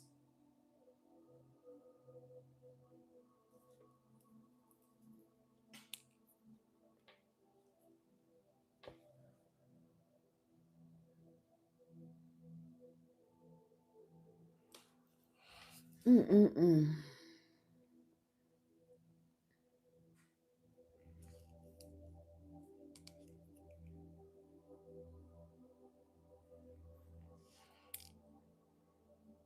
Hey, mm, I'm gonna just say, hey, Seuss, how about that? I'm not even gonna say the rest of that. Y'all, what is with all of these brain damaged individuals that think that talking about their private parts and stuff in public is a cool thing to do? Didn't you get enough hugs as a child? And then to put Yeshua on the front of it, disrespectful, but okay. It's not a joke though. Why would you joke about Yeshua that way? That's what that. And I'm sorry if I get a little, because Yeshua is one of my main guides, so I will never find that funny. It's supposed to be a joke, but it ain't nowhere funny. Is Yahweh Allah Satan? Don't he know he does not want us to reach our purpose. Yahweh wanted us gone. He was mad as hell when he found out we survived the flood. He wanted us gone so bad that he literally went to the Galactic Council back on Nibiru. He went before the seven who judged to demand that we not be told that the flood was coming, that we be allowed to drown like rats. And Enki defied the ruling of the seven who judged because, according to Enki, the creator of all sent his messenger Galzu to Lord Enki and told him, look, basically, I'm paraphrasing, ain't nobody tell y'all to come here and mess with my creation, but now that you done it, they are to be preserved here. And he gave Galzu, gave Lord Enki the dimensions of the vessel that would be able to preserve Ziazudra, Noah, and his family. And he did that. Yes, Casper, Casper Keska. Enki, Alalu was the first one that came here. Absolutely correct. And Lord Enki was our progenitor. He's our daddy. He is quite literally our great, great, great, whatever it is, grandfather. We have Enki's DNA in our veins. We do not have Yahweh's DNA. Yahweh contributed nothing to the human project except to insist that our lifespan be limited and that we have a worship gene installed in us to make us worship them. And then he created the rule that said that we were never to be told that they're not gods, that we were supposed to be told that they're gods, and that we could never see their faces. If we messed around and saw their faces, we were supposed to be instantly executed. That's what Yahweh contributed to the human project. But other than that, he didn't do nothing. He didn't bring us literature. He didn't bring us agriculture, astronomy, astrology, music, art, none of that. All of that was Lord Enki, Ninmah, and Thoth. Enlil, Yahweh, Jehovah, all he did was bring destructive rule. Black, he let the watchers and all that introduce black magic and stuff that was going to keep us stuck and bound, and threats of unaliving us constantly. Have I read the Hindu scriptures? No, I haven't. Because guess what? And I know all of that. But here's the thing: the Anunnaki texts are even older than the Hindu scriptures. So when Yeshua sent me straight to the Anunnaki text, that's like going to the root of the vine. I didn't need to go no further. So I didn't need to read the Hindu scriptures. In the Hindu pantheon, Lord Shiva is Enki. So I went all the way back to the very, very oldest text, which were the Anunnaki texts. Yash. You said, how do I know that? I've read the Lost Book of Enki, the Enuma Elish, and the Atrahasis right here on this channel, Casper. Yeah. And actually, I'm in the process of finishing up the book of Enoch. And after we finish the book of Enoch, we'll be going into Zechariah Sitchin's 12th planet, which is the first book of the Earth Chronicles series that he made. Yes. Thank you, Casper. Appreciate you. I definitely appreciate you. And that's all I'm trying to do is help point people to information that has been here, but people don't understand that it's here, or they think it's fiction. People hear, oh, they go, oh, I read Zechariah Sitchin, but they don't understand what they were reading. I heard when I was led to the Lost Book of Enki, I was looking for the Book of Enoch, a version that I wanted to listen to. And instead, at the time, Astro Legends TV had done like a video narrative or narrated version of the Lost Book of Enki on their channel, and I sat down and watched it. And at first, the graphics, I mean, it was cool, and I thought it was all that, but I missed a lot of stuff. So the next time I got an opportunity to sit down and listen to it, I heard like clairaudiently my guides let me know, don't watch it like a movie. Like said, instead of watching it, kind of close your eyes and listen to it. And when I did, I understood it felt a lot of the same type of cadence that some of the scriptures held, like if you're reading through the Psalms and Proverbs and things. And I realized, okay, this, like I said, Zechariah Sitchin did not write the Lost Book of Enki, he simply translated it. That book is legit, and it tells us a lot that goes hand in hand with the scriptures. You're European Polish, and the only people who speak to you about Zechariah Sitchin were black, which is rare. Yeah. And well, here's the thing. Up until they up until 2001, they had not even authenticated his translation. They didn't give him the respect that it was real. And he published it as nonfiction, but people still kind of looked at it as if it were a fiction work.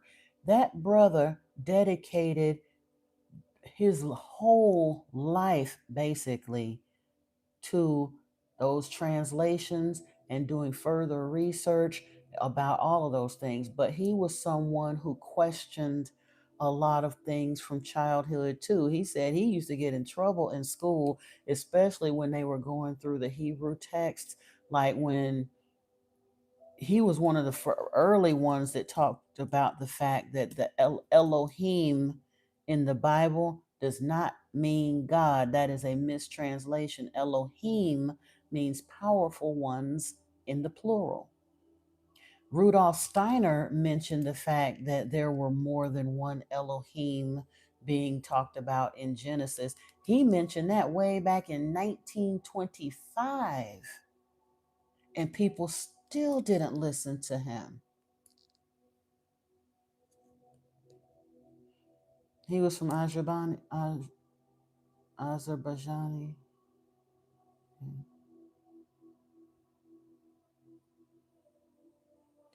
Uh, it can. It depends. You can be affected by it. I don't know how much black magic is going to work on you, Gerline. A lot depends on where your image or your psyche is. You can be affected by it though, for sure. I had my guides had to give me some insight a while back. Somebody was doing binding spells on me. Now I wasn't completely stopped or whatever in life, but I just felt really really off and was having a hard time getting focused and getting myself together, even coming forth on here and all of that kind of stuff. And they let me know that somebody rather close to me was doing some oogly boogly, and what to do to get myself, basically create a protective shield around myself from that. My name is Teresa. Yeah. And you can call me Mystic if you want to, because I'm a mystic. And I definitely encourage you to subscribe to the channel, kind of poke through some of the playlists I have here on the channel. We've done some really good work here, and we'll continue examining Sitchin's work. And then eventually we're going to get into Paul Wallace's work, all of those things. I have a very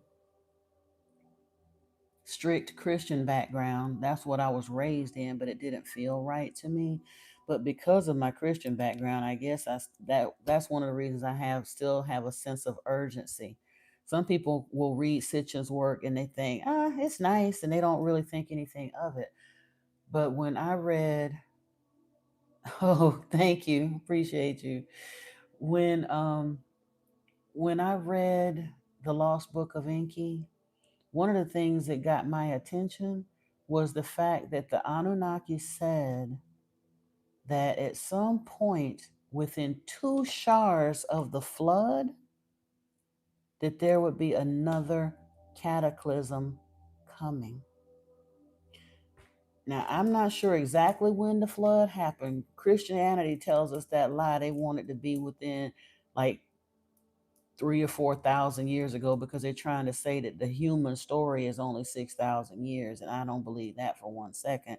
We know for a fact that it goes way further back than that, at least 11, 12, 14. Actually, the Sphinx is 22,000 years old. So we knew it had to go back further. The Sumerian kings list is like 350,000 years. So we know. Oh, wow. I didn't know that. Yeah. Um, but when we look at all of the stuff that was going on as far as that, even okay, Ashar is 3,600 years. So let's say that the flood was 3,600 years ago, or even if it was 5,000 years ago, what have you. We're into the second Shar. It isn't hasn't ended yet, but they said that another cataclysm would be coming. So at that point, hold on, you remember what the son of Enki made war on everyone, and then Alexander the Great discovered his coffin? There you go. I couldn't remember who found the coffin, but I had mentioned on the channel before that it is thought that Marduk has passed. We know Dumuzi drowned, but it was thought that Marduk had also passed. But he said Casper is saying that Alexander the Great discovered it.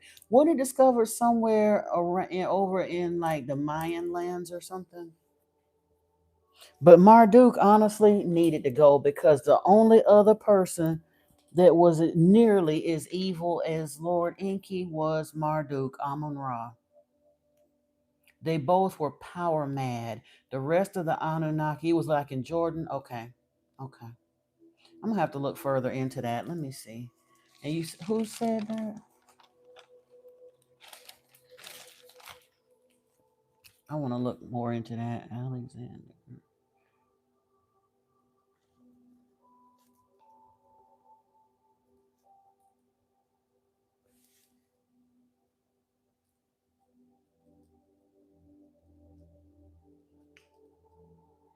But as far as I know, yeah, Ashar is 3,600 Earth years. So, but that's why I was saying that's the reason I have a bit of a sense of urgency because a few things occurred to me. Number one,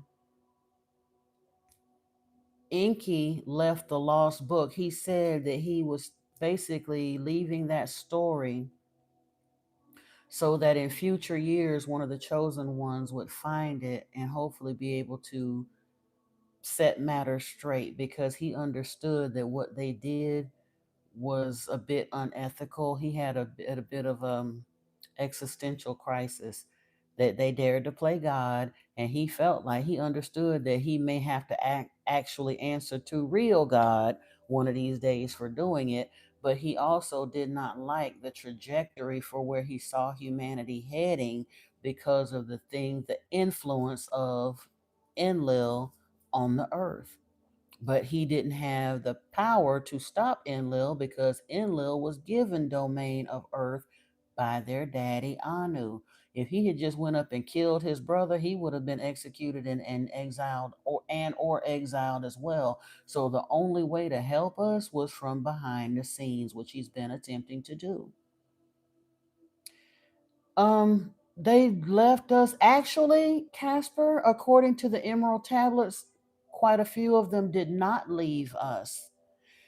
They've gone into a stasis point. Hey, Diana J, welcome, welcome. I'll get there, Gerline. Bear with me a moment. I'm trying to answer the questions as they come down because our conversation is kind of zigzagging, but I'll get there. Bear with me a little bit. Um, but some of them, once they got the sufficient gold that they needed, Casper, quite a few of them did go back to Nibiru.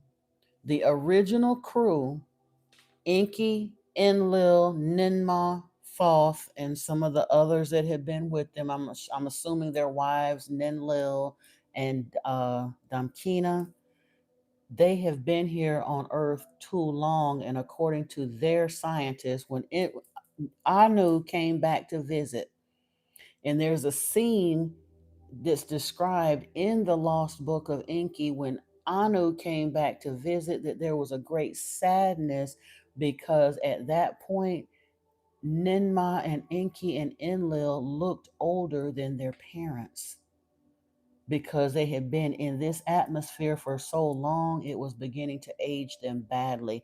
And they conferred with the doctors and the science folk or whatever back on Nibiru, and it was determined that they had been here on Earth too long for them to go back into Nibiru's climate, that going back to Nibiru at that point would probably kill them. Not to mention the fact that they needed to straighten this mess out. Enlil put a lot of mess into play that Enki understood. Like I say, we dared to do this thing. Now we owe it to, we created these are my children. I owe it to them to fix this. We can't just leave. We came in here and messed up God's house. We can't just leave this mess like this. So it's not even a matter of guilt. It's just that our time is not like their time. They live for hundreds and hundreds and hundreds of thousands of years, and we live like 120 years. But if you look at the book end of Revelation, I see Revelation dramatically differently than the church sees Revelation. I see Revelation as the final showdown, if you will, in the Anunnaki Wars. The Anunnaki Wars been happening over thousands. It started back there with Eridu, with Marduk and Ninurta and the evil wind and the weapons of terror way back then, but it's been waging ever since. Why do you think we have the Hindu tales of them flying around in the Vimana and the wars, and this one battling with that one, and this one sleeping with that one husband, wife, and the Greek tales and all of that? But the very end of the road, like you said, Marduk is dead. The only one they had to really worry about that did not want to get with the program, the one that was left, was Enlil. And he's going to be dealt with according to the scriptures that we have. He's going to be dealt with soon. When? We don't know exactly, but Yeshua said, go to the gate and the man with the water jug will show the way. The man with the water jug is Aquarius. We are in the age of Aquarius. So on the other, like I said, we are entering the age of Aquarius at some point, whether it's, I believe it, I'm sorry, I just feel a sense of urgency and I could be wrong, whatever. But if we don't see it in our lifetime, I really feel like my children will see it happen in their lifetimes, because we don't know exactly when the cataclysm is coming. But there is an emphasis on our need to awaken and ascend, and that awakening is happening, and the ascension is starting to happen with a lot of folks. We just had a conversation earlier in this chat about people whose frequency is getting so high till they're literally causing light bulbs to pop when they walk in the rooms and stuff. Something's happening. That means something, y'all.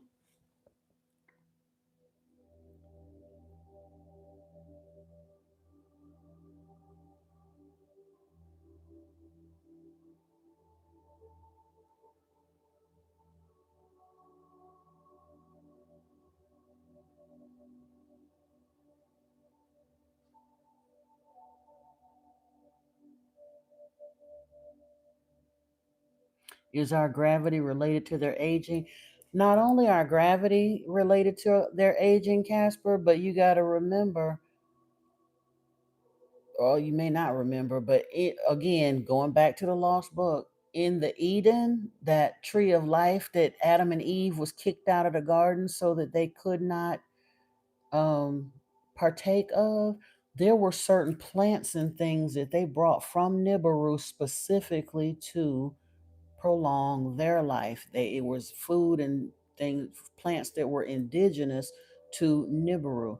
So who knows? It maybe those plants were not able to be maintained here on Earth. I don't know. You know.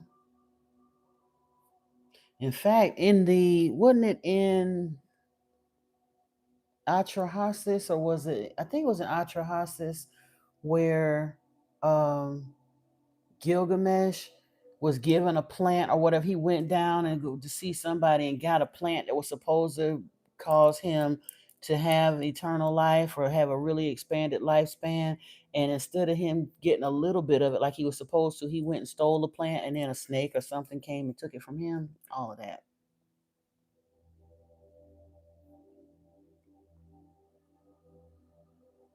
Johnny Blade 78, what's your IQ? Obviously not very much if you coming in here asking a stranger that. How much I weigh ain't none of your business. How about that part?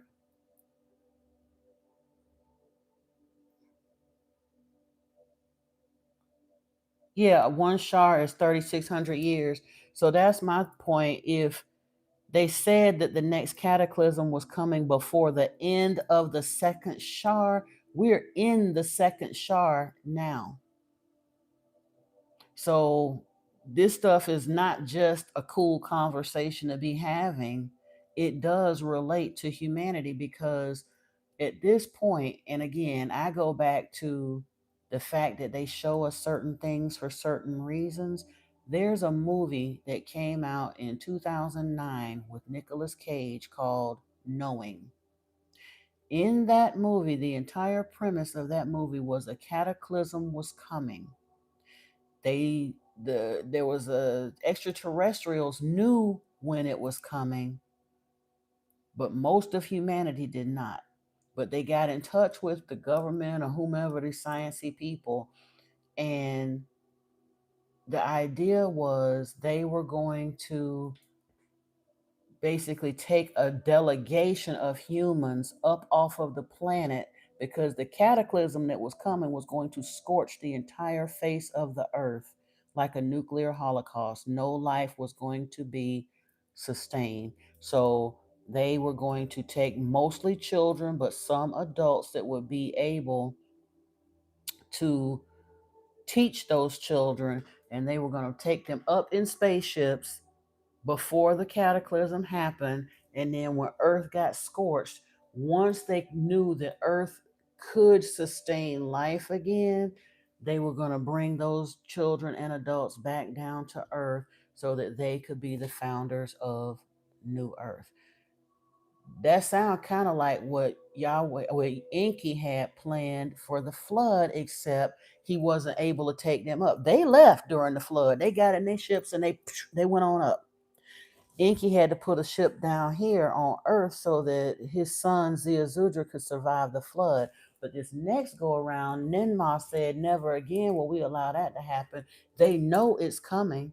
They're going to save a delegation of humans and plant life and everything else so that Earth can be reseeded after the next cataclysm. Now, the way to be preserved for the next cataclysm is to be aware of this stuff and begin to change your life. Get off of Team Yahweh and onto Team Enki, basically. You said to cast the second coming. It's not that they don't care. They do care, Casper. They do. Why do you think that texts like the Lost Book of Enki have even been brought back to our attention? It was just found within the last century. The Emerald Tablets of Thoth were uncovered in 1928. But here's the thing, Yeshua promised us that he would not leave us as orphans, that he would send Holy Spirit as a helper for us. And then in around 1850 or so, a lot of stuff started happening energetically and spiritually on this planet that would indicate that he came back and brought his galactic friends with him. He's just, it's not physical, but he is guiding people here. The ascended masters have been busy, busy, busy since the turn of the 20th century. Yeshua has been busy, busy, busy. We got people all over the place now channeling angels, channeling the ascended masters, talking about having interactions with the blue beings, in touch with Commander Ashtars of different various commands. I'm familiar with Ashtar Sharon. I'm not sure the other Ashtars out there, but there are several of them. People talking about being in touch with the Pleiadians and the Arcturians and on and on and on. And all of that, you can't say that people are crazy or deranged. The Dogon people of Mali have knowledge of the people of Sirius B that they've been holding for the last 500, 600 years. They knew the coordinates of Sirius B 500 years before humanity had the technology to build a telescope to check the coordinates and prove that it was right. So they haven't left us. They just certain things Anu decreed to leave us. Well, Yahweh decreed to leave us, and Anu signed off on it because Anu has made some very. He basically has let Yahweh have his head, have his way, and Enki says no. Enki is now basically feeding Yahweh's words right back to him. Let my people go. Okay, and he's saying he's gonna come back. La Miss. Thank you. Appreciate you. Hey, Leo. How are you? Welcome, welcome.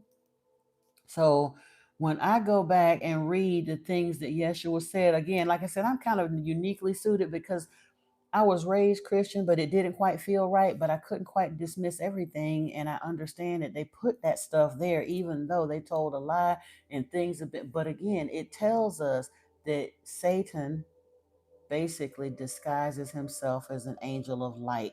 So instead of throwing the entire book and all of that away, I went back and started reading it for real understanding. And I started seeing some stuff in there that were like, okay. You said the Anunnaki were the first to be on Earth as a tribe. They was the first to be on Earth, period. They're not a tribe. They're the ones who came here. They are our progenitors, Gerline.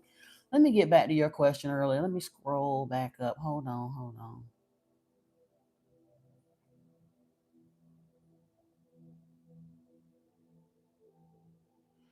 Why do they think Jesus, okay, why do they think Jesus died for us on the cross as a human sacrifice for our sins and tell us to repent of our sins? Okay. Hey, Leo. Gerline, I'm gonna answer that question and then we'll, like I said, the Anunnaki thing. Well, the Anunnaki were afraid of the actual creator of all. That's who they referred to God as the creator of all. But all of the Anunnaki wasn't afraid of the creator of all because Enlil, Yahweh, Jehovah, ignored the messenger of the creator of all. When Galzu came to Lord Enki, he listened to him. That's why we survived the flood because he made that vessel. He told Ziazudra or Noah how to make the vessel, and he helped him gather the genetic samples and all the rest of that stuff, and sent one of his other sons with them to ride out the flood and all of that good stuff. So Lord Enki had respect for the messenger of the creator of all. Before they unleashed the weapons of terror, the messenger Galzu came to Enlil to tell him, give him a message too. And Enlil ignored it and allowed Marduk to unleash the weapon of terror on the planet.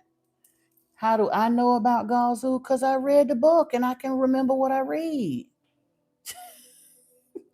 How do I know? Hey, Luna Mystica, how are you? Yeah, I'm the nerdy esoteric librarian, Casper. I read a lot of stuff and I remember what I read. I may not remember exactly where I saw everything, but the Lost Book of Inky really got my attention, so I remembered that. And we probably gonna go through it again at some point.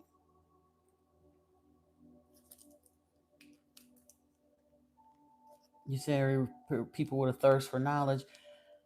And again, I was so hurt and angry with religion at first Because my thing was, Yeshua said, God is love. And nothing that I read in the scriptures sounded like love. It certainly didn't feel like love the way I saw Christianity and all of that stuff going down at all. Let's go back to the question again. I'm getting sidetracked again, but we're gonna read the question. We're gonna talk about your question, Gerline, because you have patiently waited, and I want to make sure we cover it entirely. You said, "Can I tell you why they think Jesus died for us on the cross as a human sacrifice for our sins, and then tell us to repent of our sins?" That is a control point. The word religion comes from the Greek word religare. It means to bind or hold back. Religion has always, only, and ever been a control point for humans, okay? That's the first part. When Christianity was came into being, and I talk about this sometimes, but we're gonna have to, they tell us that whole Jesus died for our sins thing in order to rinse his blood off of their hands for what they actually did when they put that beautiful being to death. Okay? That was the thing that started me on this particular part of the spiritual journey. I started hearing clairaudiently, they delivered him up to the Romans. They delivered him up to the Romans. That line just kept running through my head. They delivered him up to the Romans. And I thought about it. I'm like, well, who is they? And what they, and I had to think about it. The Jews delivered him up to the Romans. And why? Yes, we're gonna get there, Casper. In my opinion, now I have not heard anybody except Billy Carson alludes to this in fact, yeah, Billy Carson said it in the Compendium of the Emerald Tablets, but in my opinion, Yeshua is the second incarnation of Thoth.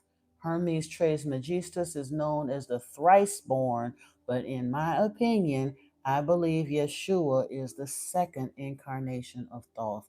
They was both known as the Word. They was both known as the Son of Man. They was both known as the Logos. They was both known as the Light of the World, and they were both very much centered towards helping humanity ascend in their consciousness.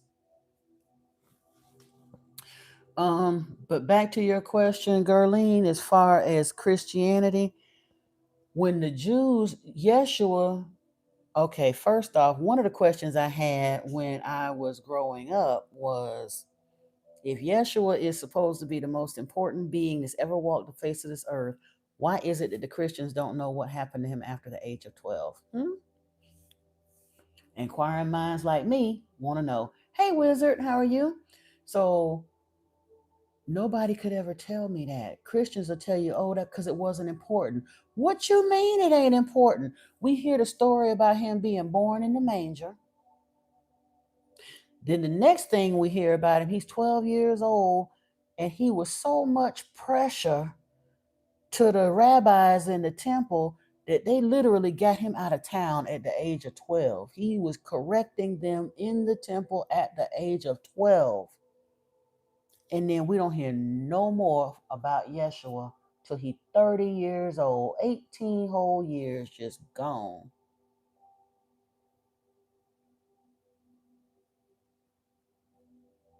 Yeah, that's what I said. I thought he would. Didn't I say that Yeshua was the second incarnation of Thoth, in my opinion? I have to say, in my opinion, because we can't prove it, but it's too many hints for it not to be. And especially if you go back and read John chapter 1 with understanding, which we might do. Hey, ergonomic dildo. Oh, Lord, you made me say it anyway. I'm sorry. That's gross. Nasty. But anyway, if you either be quiet or get gone, because you done already pissed me off by making me say something I didn't want to say. Gross. You know the story that Eric, he visited Marduk's tomb? Yeah. Good night, Paul Snowcloud. Have a beautiful rest of your evening, brother. I'm not too far behind you. But yeah, Gerline, when Christians claim they don't know what Yeshua was doing for 18 and whole 18 years until he came back into Jerusalem at the age of 30. But everybody else in the rest of the world know what he was doing. The Essenes know what he was doing. The folks in India know what he was doing. The folks in the Himalayas know what he was doing. The folks in Africa know what he was doing. He was on an 18-year spiritual sabbatical. It said that he trained under Baba Ji. He was with the Tibetan monks. He went through the tour of the pyramids, starting down in Ethiopia, making his way through the seven pyramids of initiation, ending up at the Grand Pyramid in Giza. And when he did that, at the end of that, it said that he obtained his sabu. That means that he went through all of the initiations and activated his light body. And the sabu, now in the walls of the pyramids, we see it as that headband with the cobra sticking out of it. But in the Renaissance artwork, we see it as the halo to indicate an enlightened being. And then when he came back into Jerusalem, he went and got baptized, and he went and did his 40-day initiation fast under Lord Enki. 40 is Enki's number, 50 is Yahweh's number. But that 40-day fast is an initiation under Lord Enki, and then he began teaching and performing miracles and all. He became Christos out there in the wilderness. Now, as far as, yep, Diana J, most Christian practices are pagan, Christmas, Easter Bunny, all the rest of that. And that's where I was going to for Gerline. Um, Jordan Neville, awesome. I love that. You got in there tattooing and you got me playing. That's awesome. Do you have a page here, Jordan? I'd love to see your work. One of these days, I'm gonna get me some spiritual tattoos. You feel like none of this would have happened if they had the internet back then. They just had too much time on their hands. Kind of, sort of. And honestly, I understood years ago that the internet is a gift from the ascended masters. Do you really think that the military voluntarily gave us the internet? But this is the age of Aquarius, the information age, the golden age. We're getting out of subjugation to other people just because they said so, and we're being encouraged to find things, connect the dots, and understand and discern for ourselves. And that's one of the reasons that we have it. The internet is one of the greatest law of attraction facilitators we currently have on this planet, for sure. But back to the whole religion thing, when when Yeshua came back into Jerusalem, he was constantly telling the Jews, "You don't know my Father." Fact of the matter, let's go look at it a little bit. We're gonna go into the Gospel of John. And before we get into that part of it, a minor part that I have, when I was saying, in my opinion, I believe that Yeshua is the second incarnation of Thoth. There's a couple reasons I feel that way. Number one, let's start with Luke. Hold on.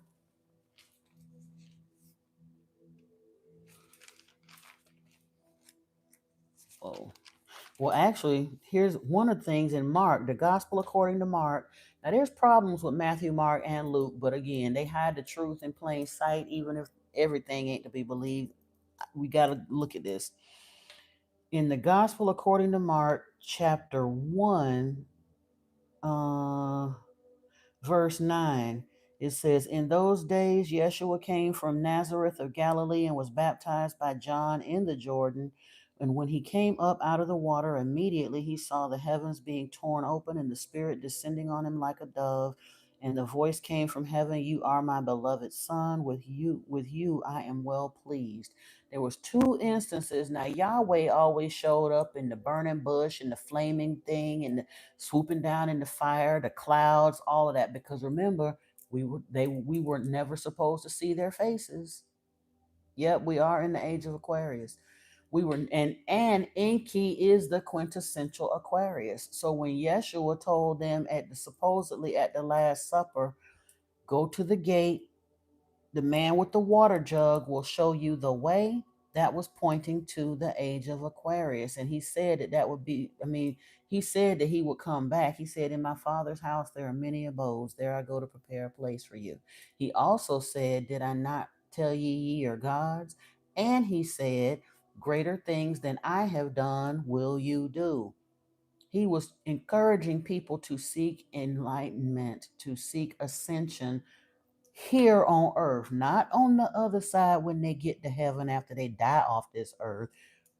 Yeshua achieved ascension, achieved his Christos right here on earth during this lifetime. And that's exactly what he was encouraging us to do as well. And he said, and again, Yahweh, Enki signed off on this. There's two occasions in the scriptures where it says that the heavens opened up and they heard a voice saying, "This is my son, the beloved, whom I have approved." Yahweh definitely didn't say that. Yahweh hated him because, first and foremost, Yeshua was a Jew, but he was not a religious Jew. Yeshua was a Jew by birth, but he was an Edomite. He was one of the sons of Esau. The scriptures say Yahweh said, "Esau have I hated, Jacob have I loved." Yeshua was an Edomite. He was hated by Yahweh. There's no way that Yahweh would have claimed him. "This is my son, the beloved, whom I've approved." That would have never, ever, ever happened. Yahweh is too vengeful for all of that. But we see that he did speak up and claim him. Then when we get down to Luke tells the story, and I'm not going to read all of it, but you can look in the first chapter of Luke. That's where Gabriel came to Zechariah and Elizabeth and told them that they were going to have a baby. He was basically telling Zechariah, "Look, your wife is going to get pregnant. Don't worry. Like I said, old boy down the road is not responsible. This is God's baby. The Elohim is creating a special child. This one is going to be a precursor. He's going to pave the way for the Messiah, the Christ child." And Zechariah and Elizabeth, like I said, Elizabeth got pregnant. When Elizabeth was 6 months pregnant, Gabriel came to Mary and Joseph and told them the same thing. Now, here's the question. The church want to give us that story about the Immaculate Conception and all of that. But if you go back and look at the Anunnaki stories, they're telling us that the Adamu happened because of artificial insemination and in vitro fertilization. Why would you not think that the prime geneticist who created the Adamu would not do the same thing for Zechariah and Elizabeth and then Mary and Joseph? That immaculate conception is artificial insemination and in vitro fertilization. And then we get to John. In the beginning, John 1 1, in the beginning was the Word, and the Word was with the Elohim, and the Word was Elohim. He was in the beginning with the Elohim. All things were made through him, and without him was not anything made that was made. In him was life, and the life was the light of men. The light shines in the darkness, and the darkness has not overcome him. Sounds kind of like Thoth, because they called him the light of the world, or what he was wanting to do. Like I said, when Thoth was granted immortality, rather than just leave us, he asked for permission from the dweller to remain amongst the children of men to help with their ascension as well. And then John 3:16, all the Sunday school graduates know this one good.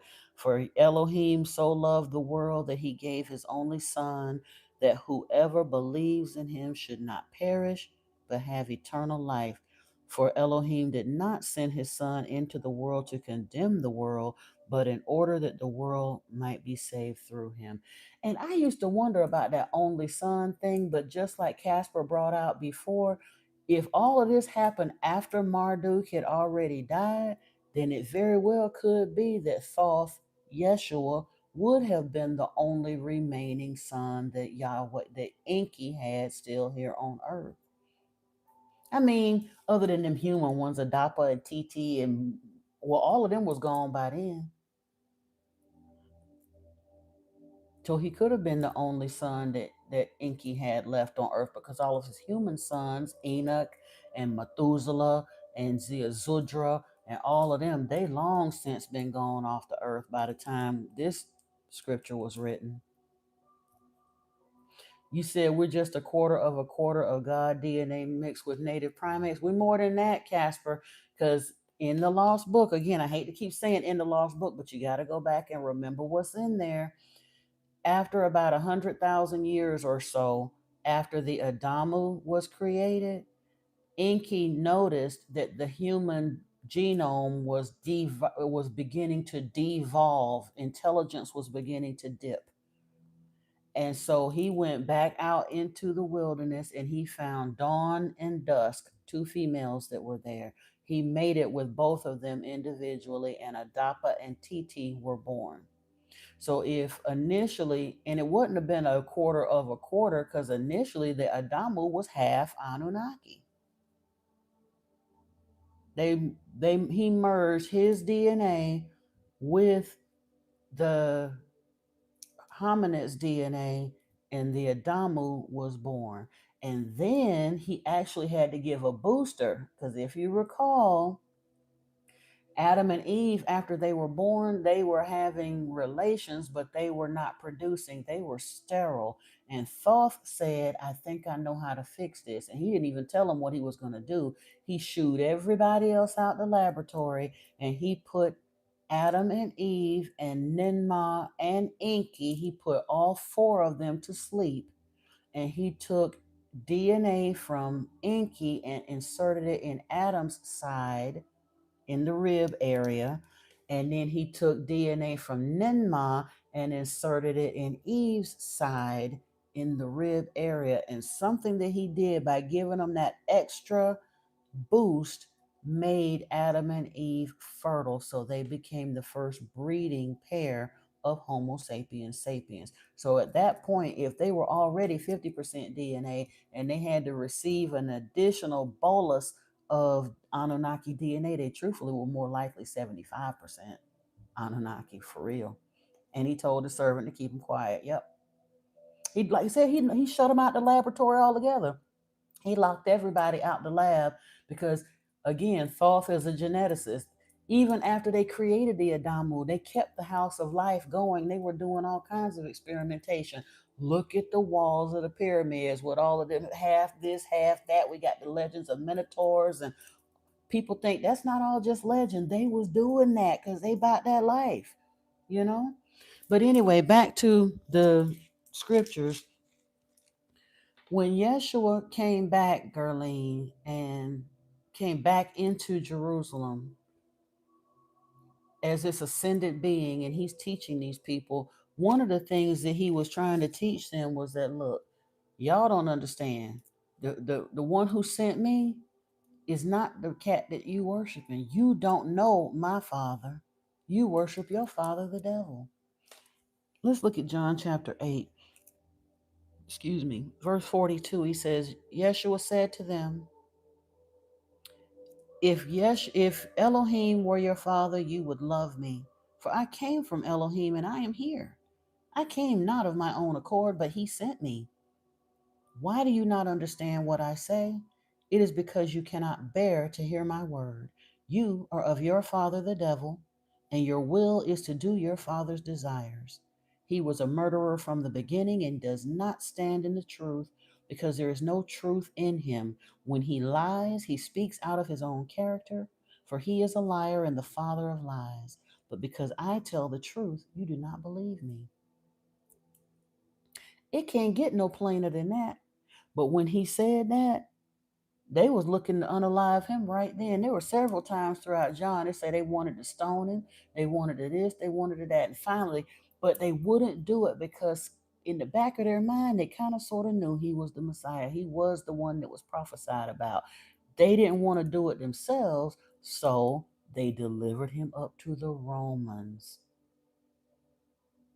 And even then, Pontius Pilate interrogated him at length. And he said, they say that you say you the king of the Jews. He said, I ain't say that. They said that. And everything, after he finished interrogating Yeshua, Pontius said, I can find no fault in this man. We have a custom of releasing a convict on the high Sabbath or whatever. Why don't I release this man to you? And the Jews wasn't having it. They wanted him gone. And they would rather have had a murderer or a thief released back to them, but they did not want Yeshua released. And that's why Yeshua was put to death. It ain't had nothing to do with buying back our sinful nature. That's the lie that they turned around and told 300 years later when they were writing Christianity into existence. Because the emperor who executed Yeshua was Tiberius. And 325 in 325 AD, like I said, they supposedly executed him in 33 AD. In 325 AD, Emperor Constantine was the one who actually authorized and wrote Christianity into existence. There were still people around who kind of sort of remembered the legend of Yeshua and believed his ways, kind of sort of, but they were not like a mainstream popular religion or anything. But there was a lot of religious diversity in the Roman kingdom at that in the empire at that time. And Constantine wanted to consolidate for political and economic reasons. He wanted to consolidate religion to a degree to make a unified, centralized religion. So he called the First Council of Nicaea. That was a convention of a lot of the religious leaders of the time. They convened for 17, 18 months, and the presbyters had an opportunity to put their 2 cents worth in about Yeshua, but they could never come up with a satisfactory doctrine, dogma, and everything else to flesh out this religion. So Constantine just had his folks do it. And they quite literally culled a lot of different beliefs from a lot of different religious systems all over the empire into this one unified story. And they pulled up enough ancient letters and documents and whatever, and they truncated and redacted and abbreviated and arranged until they came up with the basic Christian doctrine and dogma. And they remembered the story of Yeshua. It was still culturally relevant enough that they quite literally, in the most hypocritical piece of work that's ever been done on the face of this earth, they knit Yeshua right in the middle of this story as their mascot. Yeshua was absolutely 180 degrees opposed to Yahweh. So, how hypocritical and ironic for them to put him in this book as a mascot and tell the world that he was promoting Yahweh worship. That's a lie. It's a huge lie. Yeshua was not on team Yahweh. Yeshua was on team Enki. But Yahweh did a whole lot of absorbing and lying about stuff and not promising people this and that. So it was they didn't care nothing about that. And they took the popularity of the Yeshua story and used that along with this idea that we're so dirty and sinful and all that, that it was such a good thing that he had to lay down his life for us. And they turned around in the holy wars and the crusades and things and went out there as a military force on the largest land grab the world has ever known, and subjugated the majority of the people of the world at spear point to demand that they convert to this Christianity. They didn't have no choice. You're going to accept this Nicene Creed or you're going to die where you stand. They unalived 80 million people around this planet to install Christianity as a religion on this planet. So that's why they try to tell us that we need that because we're so unworthy that he had to die for our sins. No, he didn't. That's the lie they told in order to rinse his blood off their hands to justify what they did. Hey, Mystic. Hey, Lunar. You said, hey, Mystic. Hey, Lunar Beats. Yeah, it is messed up. But that, dear ones, is the story of Christianity.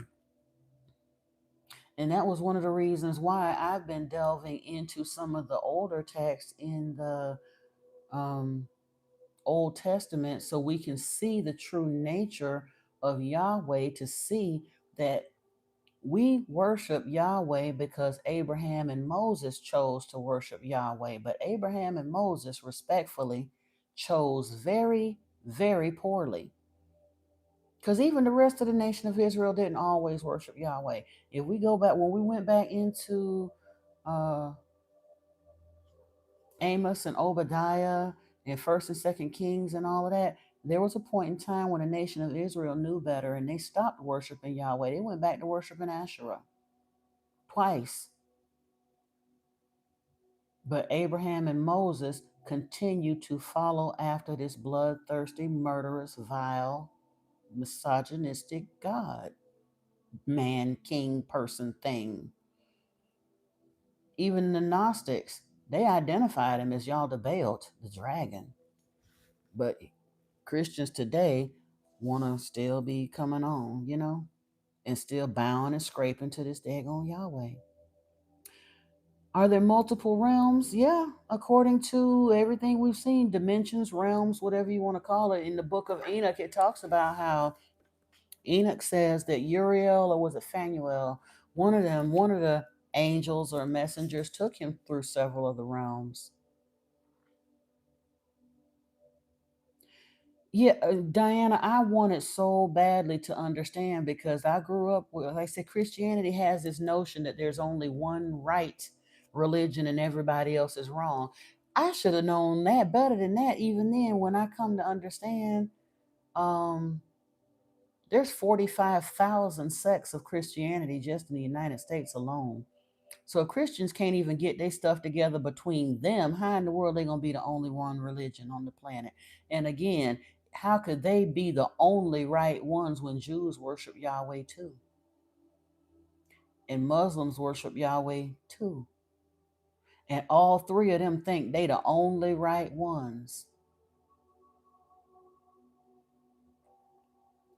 The part that really gets me though with all of that, it was something I was getting ready to say. I'm so sorry. We were talking about the realms, the dimensions. Oh, talking about people like 400 and 600 years. Here's the thing though, Diana J. People did live that long back then, especially if they had more Anunnaki blood in them. People lived longer. It was around the time, according to the lost book, it was around the time of the scattering of the languages at the Tower of Babel with Nebuchadnezzar. That was when Yahweh went back and demanded a genetic modification. Our telomeres were capped to shorten our lifespans. It was done intentionally. We are engineered beings. Humans did live longer. That's not no exaggeration and it's not a fable. When it says Methuselah lived 969 years, Methuselah was half Anunnaki. He lived 969 years because the Anunnaki lived to be like 120, 130, 140 shars old. A shar is 3,600 years. So truthfully, Anunnaki beings can live half a billion years or more. I mean, yeah, wait a minute. No, 500,000? Half a million years. I'm sorry. Is it wrong to pray to Yeshua if he was just a messenger to humanity? No, it is by religious standards, but a prayer is just when you're talking to someone. So if you're stepping away, turning off your worship gene, and you're no longer plugged into Christianity, you don't have to have formalized prayers. Talk to him like you would a mentor, big brother, whatever, show respect. But no, it's not wrong to talk to Yeshua. He is a messenger to humanity, but he's also most likely the son of our progenitor. He is the son of God, if you want to call Enki God. But I mean, in the truest sense of that word, Elohim, it just means powerful ones, but he is the son of the Elohim. But the thing that gets me as far as, oh, I know the point that I was going to make to Gerline, if she's still in here. The part that gets me with all of this, as far as Christianity and the whole Yeshua story, the biggest blasphemy around, part of the things that they have us doing, they're talking about the need for his sacrifice. That sacrifice that they tell us was needed for our sake, that is a piece of high black magic. That is witchcraft. It is a binding spell and a curse upon the line of Yeshua. When I say, do I know what a light being is and where they come from? I can't. I'm not gonna keep deviating for your random questions, Lunar. I'm glad that you're curious, and if I still will try to get there if I can, but I can't just jump over to a completely different subject like that. It's getting the conversation too scattered.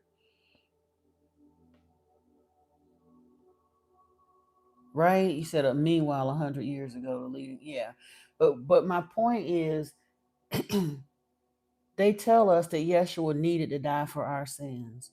But in Deuteronomy, it tells us that any man that is hung from a tree is cursed. And it say if you don't get his body down from that tree before sunset, even the land is cursed. And then Paul turned around, I think it was in Ephesians, Galatians, one of them, and said, oh, it was so basically, it was so good that Yeshua was willing to bear that curse for us. Yeshua didn't need to bear that curse for us.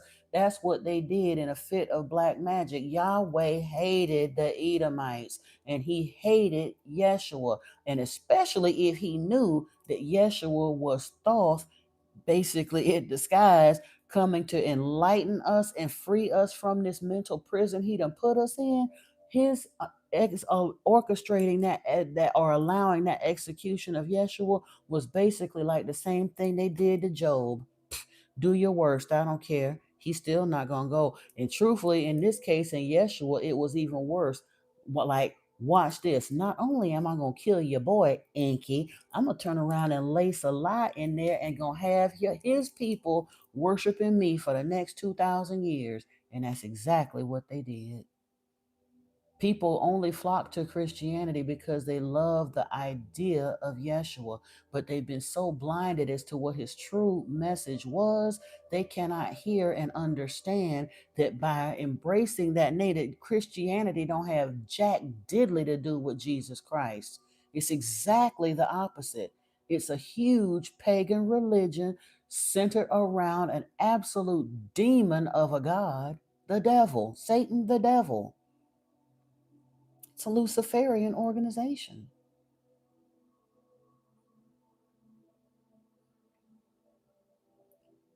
You don't know what Enoch blood is? I don't know what Enoch blood is either. Enoch was one of Enki's servants. Good night, Antoine. I'm not far behind because I should have been gone too, and I am very shortly, so I can be in bed by 11. Um, but Enoch, it says in the scriptures, Enoch walked with the true God. And I used to wonder about that. This one and that one walked with the true God. Some of the ones in the scriptures were on team Enlil and some were on team Enki. But Enoch was on team Enki. It says he walked with the true God and he was taken up. And again, Yahweh hated humans. There's no way that he would have granted immortality to a human and took him up into heaven to become his scribe. Enoch is the scribe of Enki, not Yahweh. So, but it's also, if you look through the lost book of Enki, Enoch was also one of Yahweh's sons. His biological, his earthly father gets credit for having father Enoch, but Enoch was an Anunnaki hybrid, as was Noah, as was Kenan, as was Methuselah, as was most of the folks in Genesis chapter 5. Those were Yahweh's boys. I mean, not Yahweh, they were Enki's boys. That part.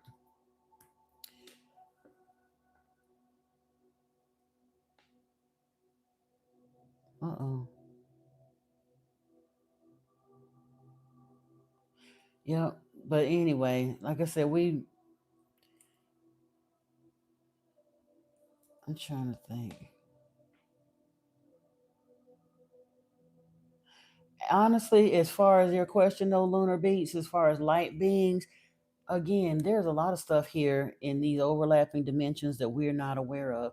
People in our simplistic thinking, it's, even though some of us can wrap our minds around the idea of the Anunnaki and those beings, but we still have a notion to see them all in one way. Enki is always shown as very humanoid in form. Yahweh is shown as always, whichever pantheon they were in, he kind of sort of showed up the same way. I was showing somebody the other day. This is a representation of Olokun in the Yoruba pantheon. Notice how much like Poseidon he looks. And ultimately, this one, he doesn't look exactly like Shiva, but Shiva had the beautiful flowing hair, gorgeous, and all of that. But he looked very human like. Thoth always shows up appearing very avian, even though that's his father and son. But you also have to understand from the history of Nibiru, they were a very diverse culture. Initially, when they came to settle on Nibiru, there were two factions of people who had both lost their respective planets during the galactic wars. Their planets were destroyed, they could no longer live on them.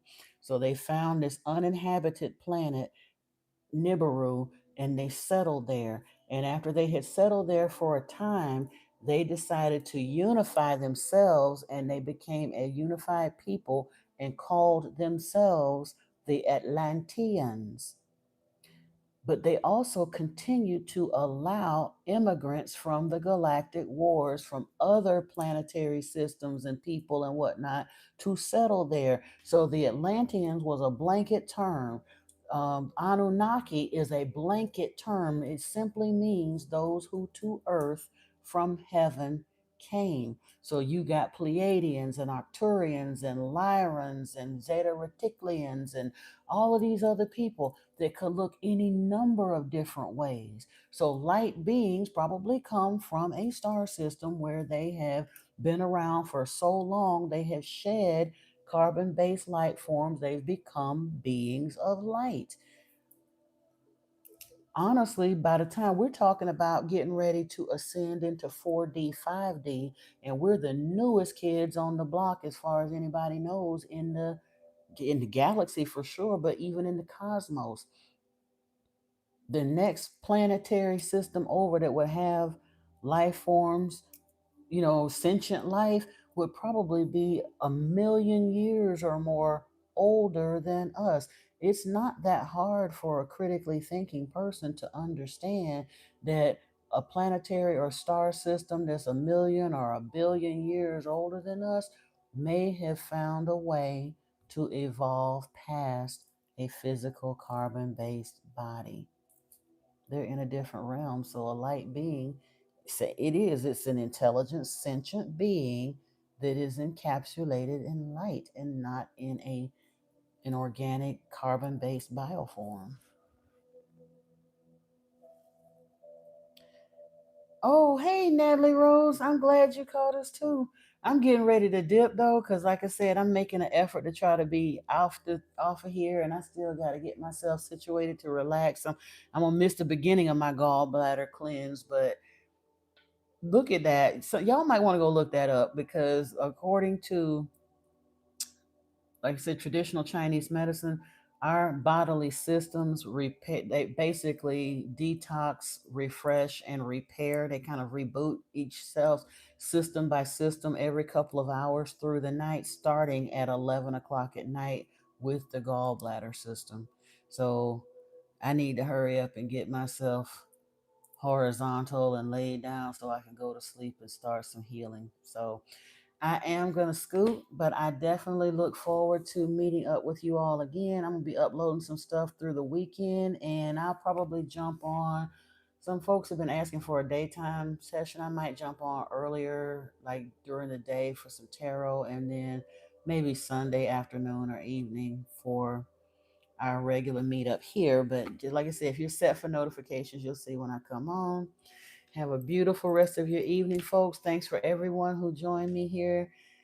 And like I said, in the meantime, in between time, as they say, until next time, peace and blessings to you. Namaste.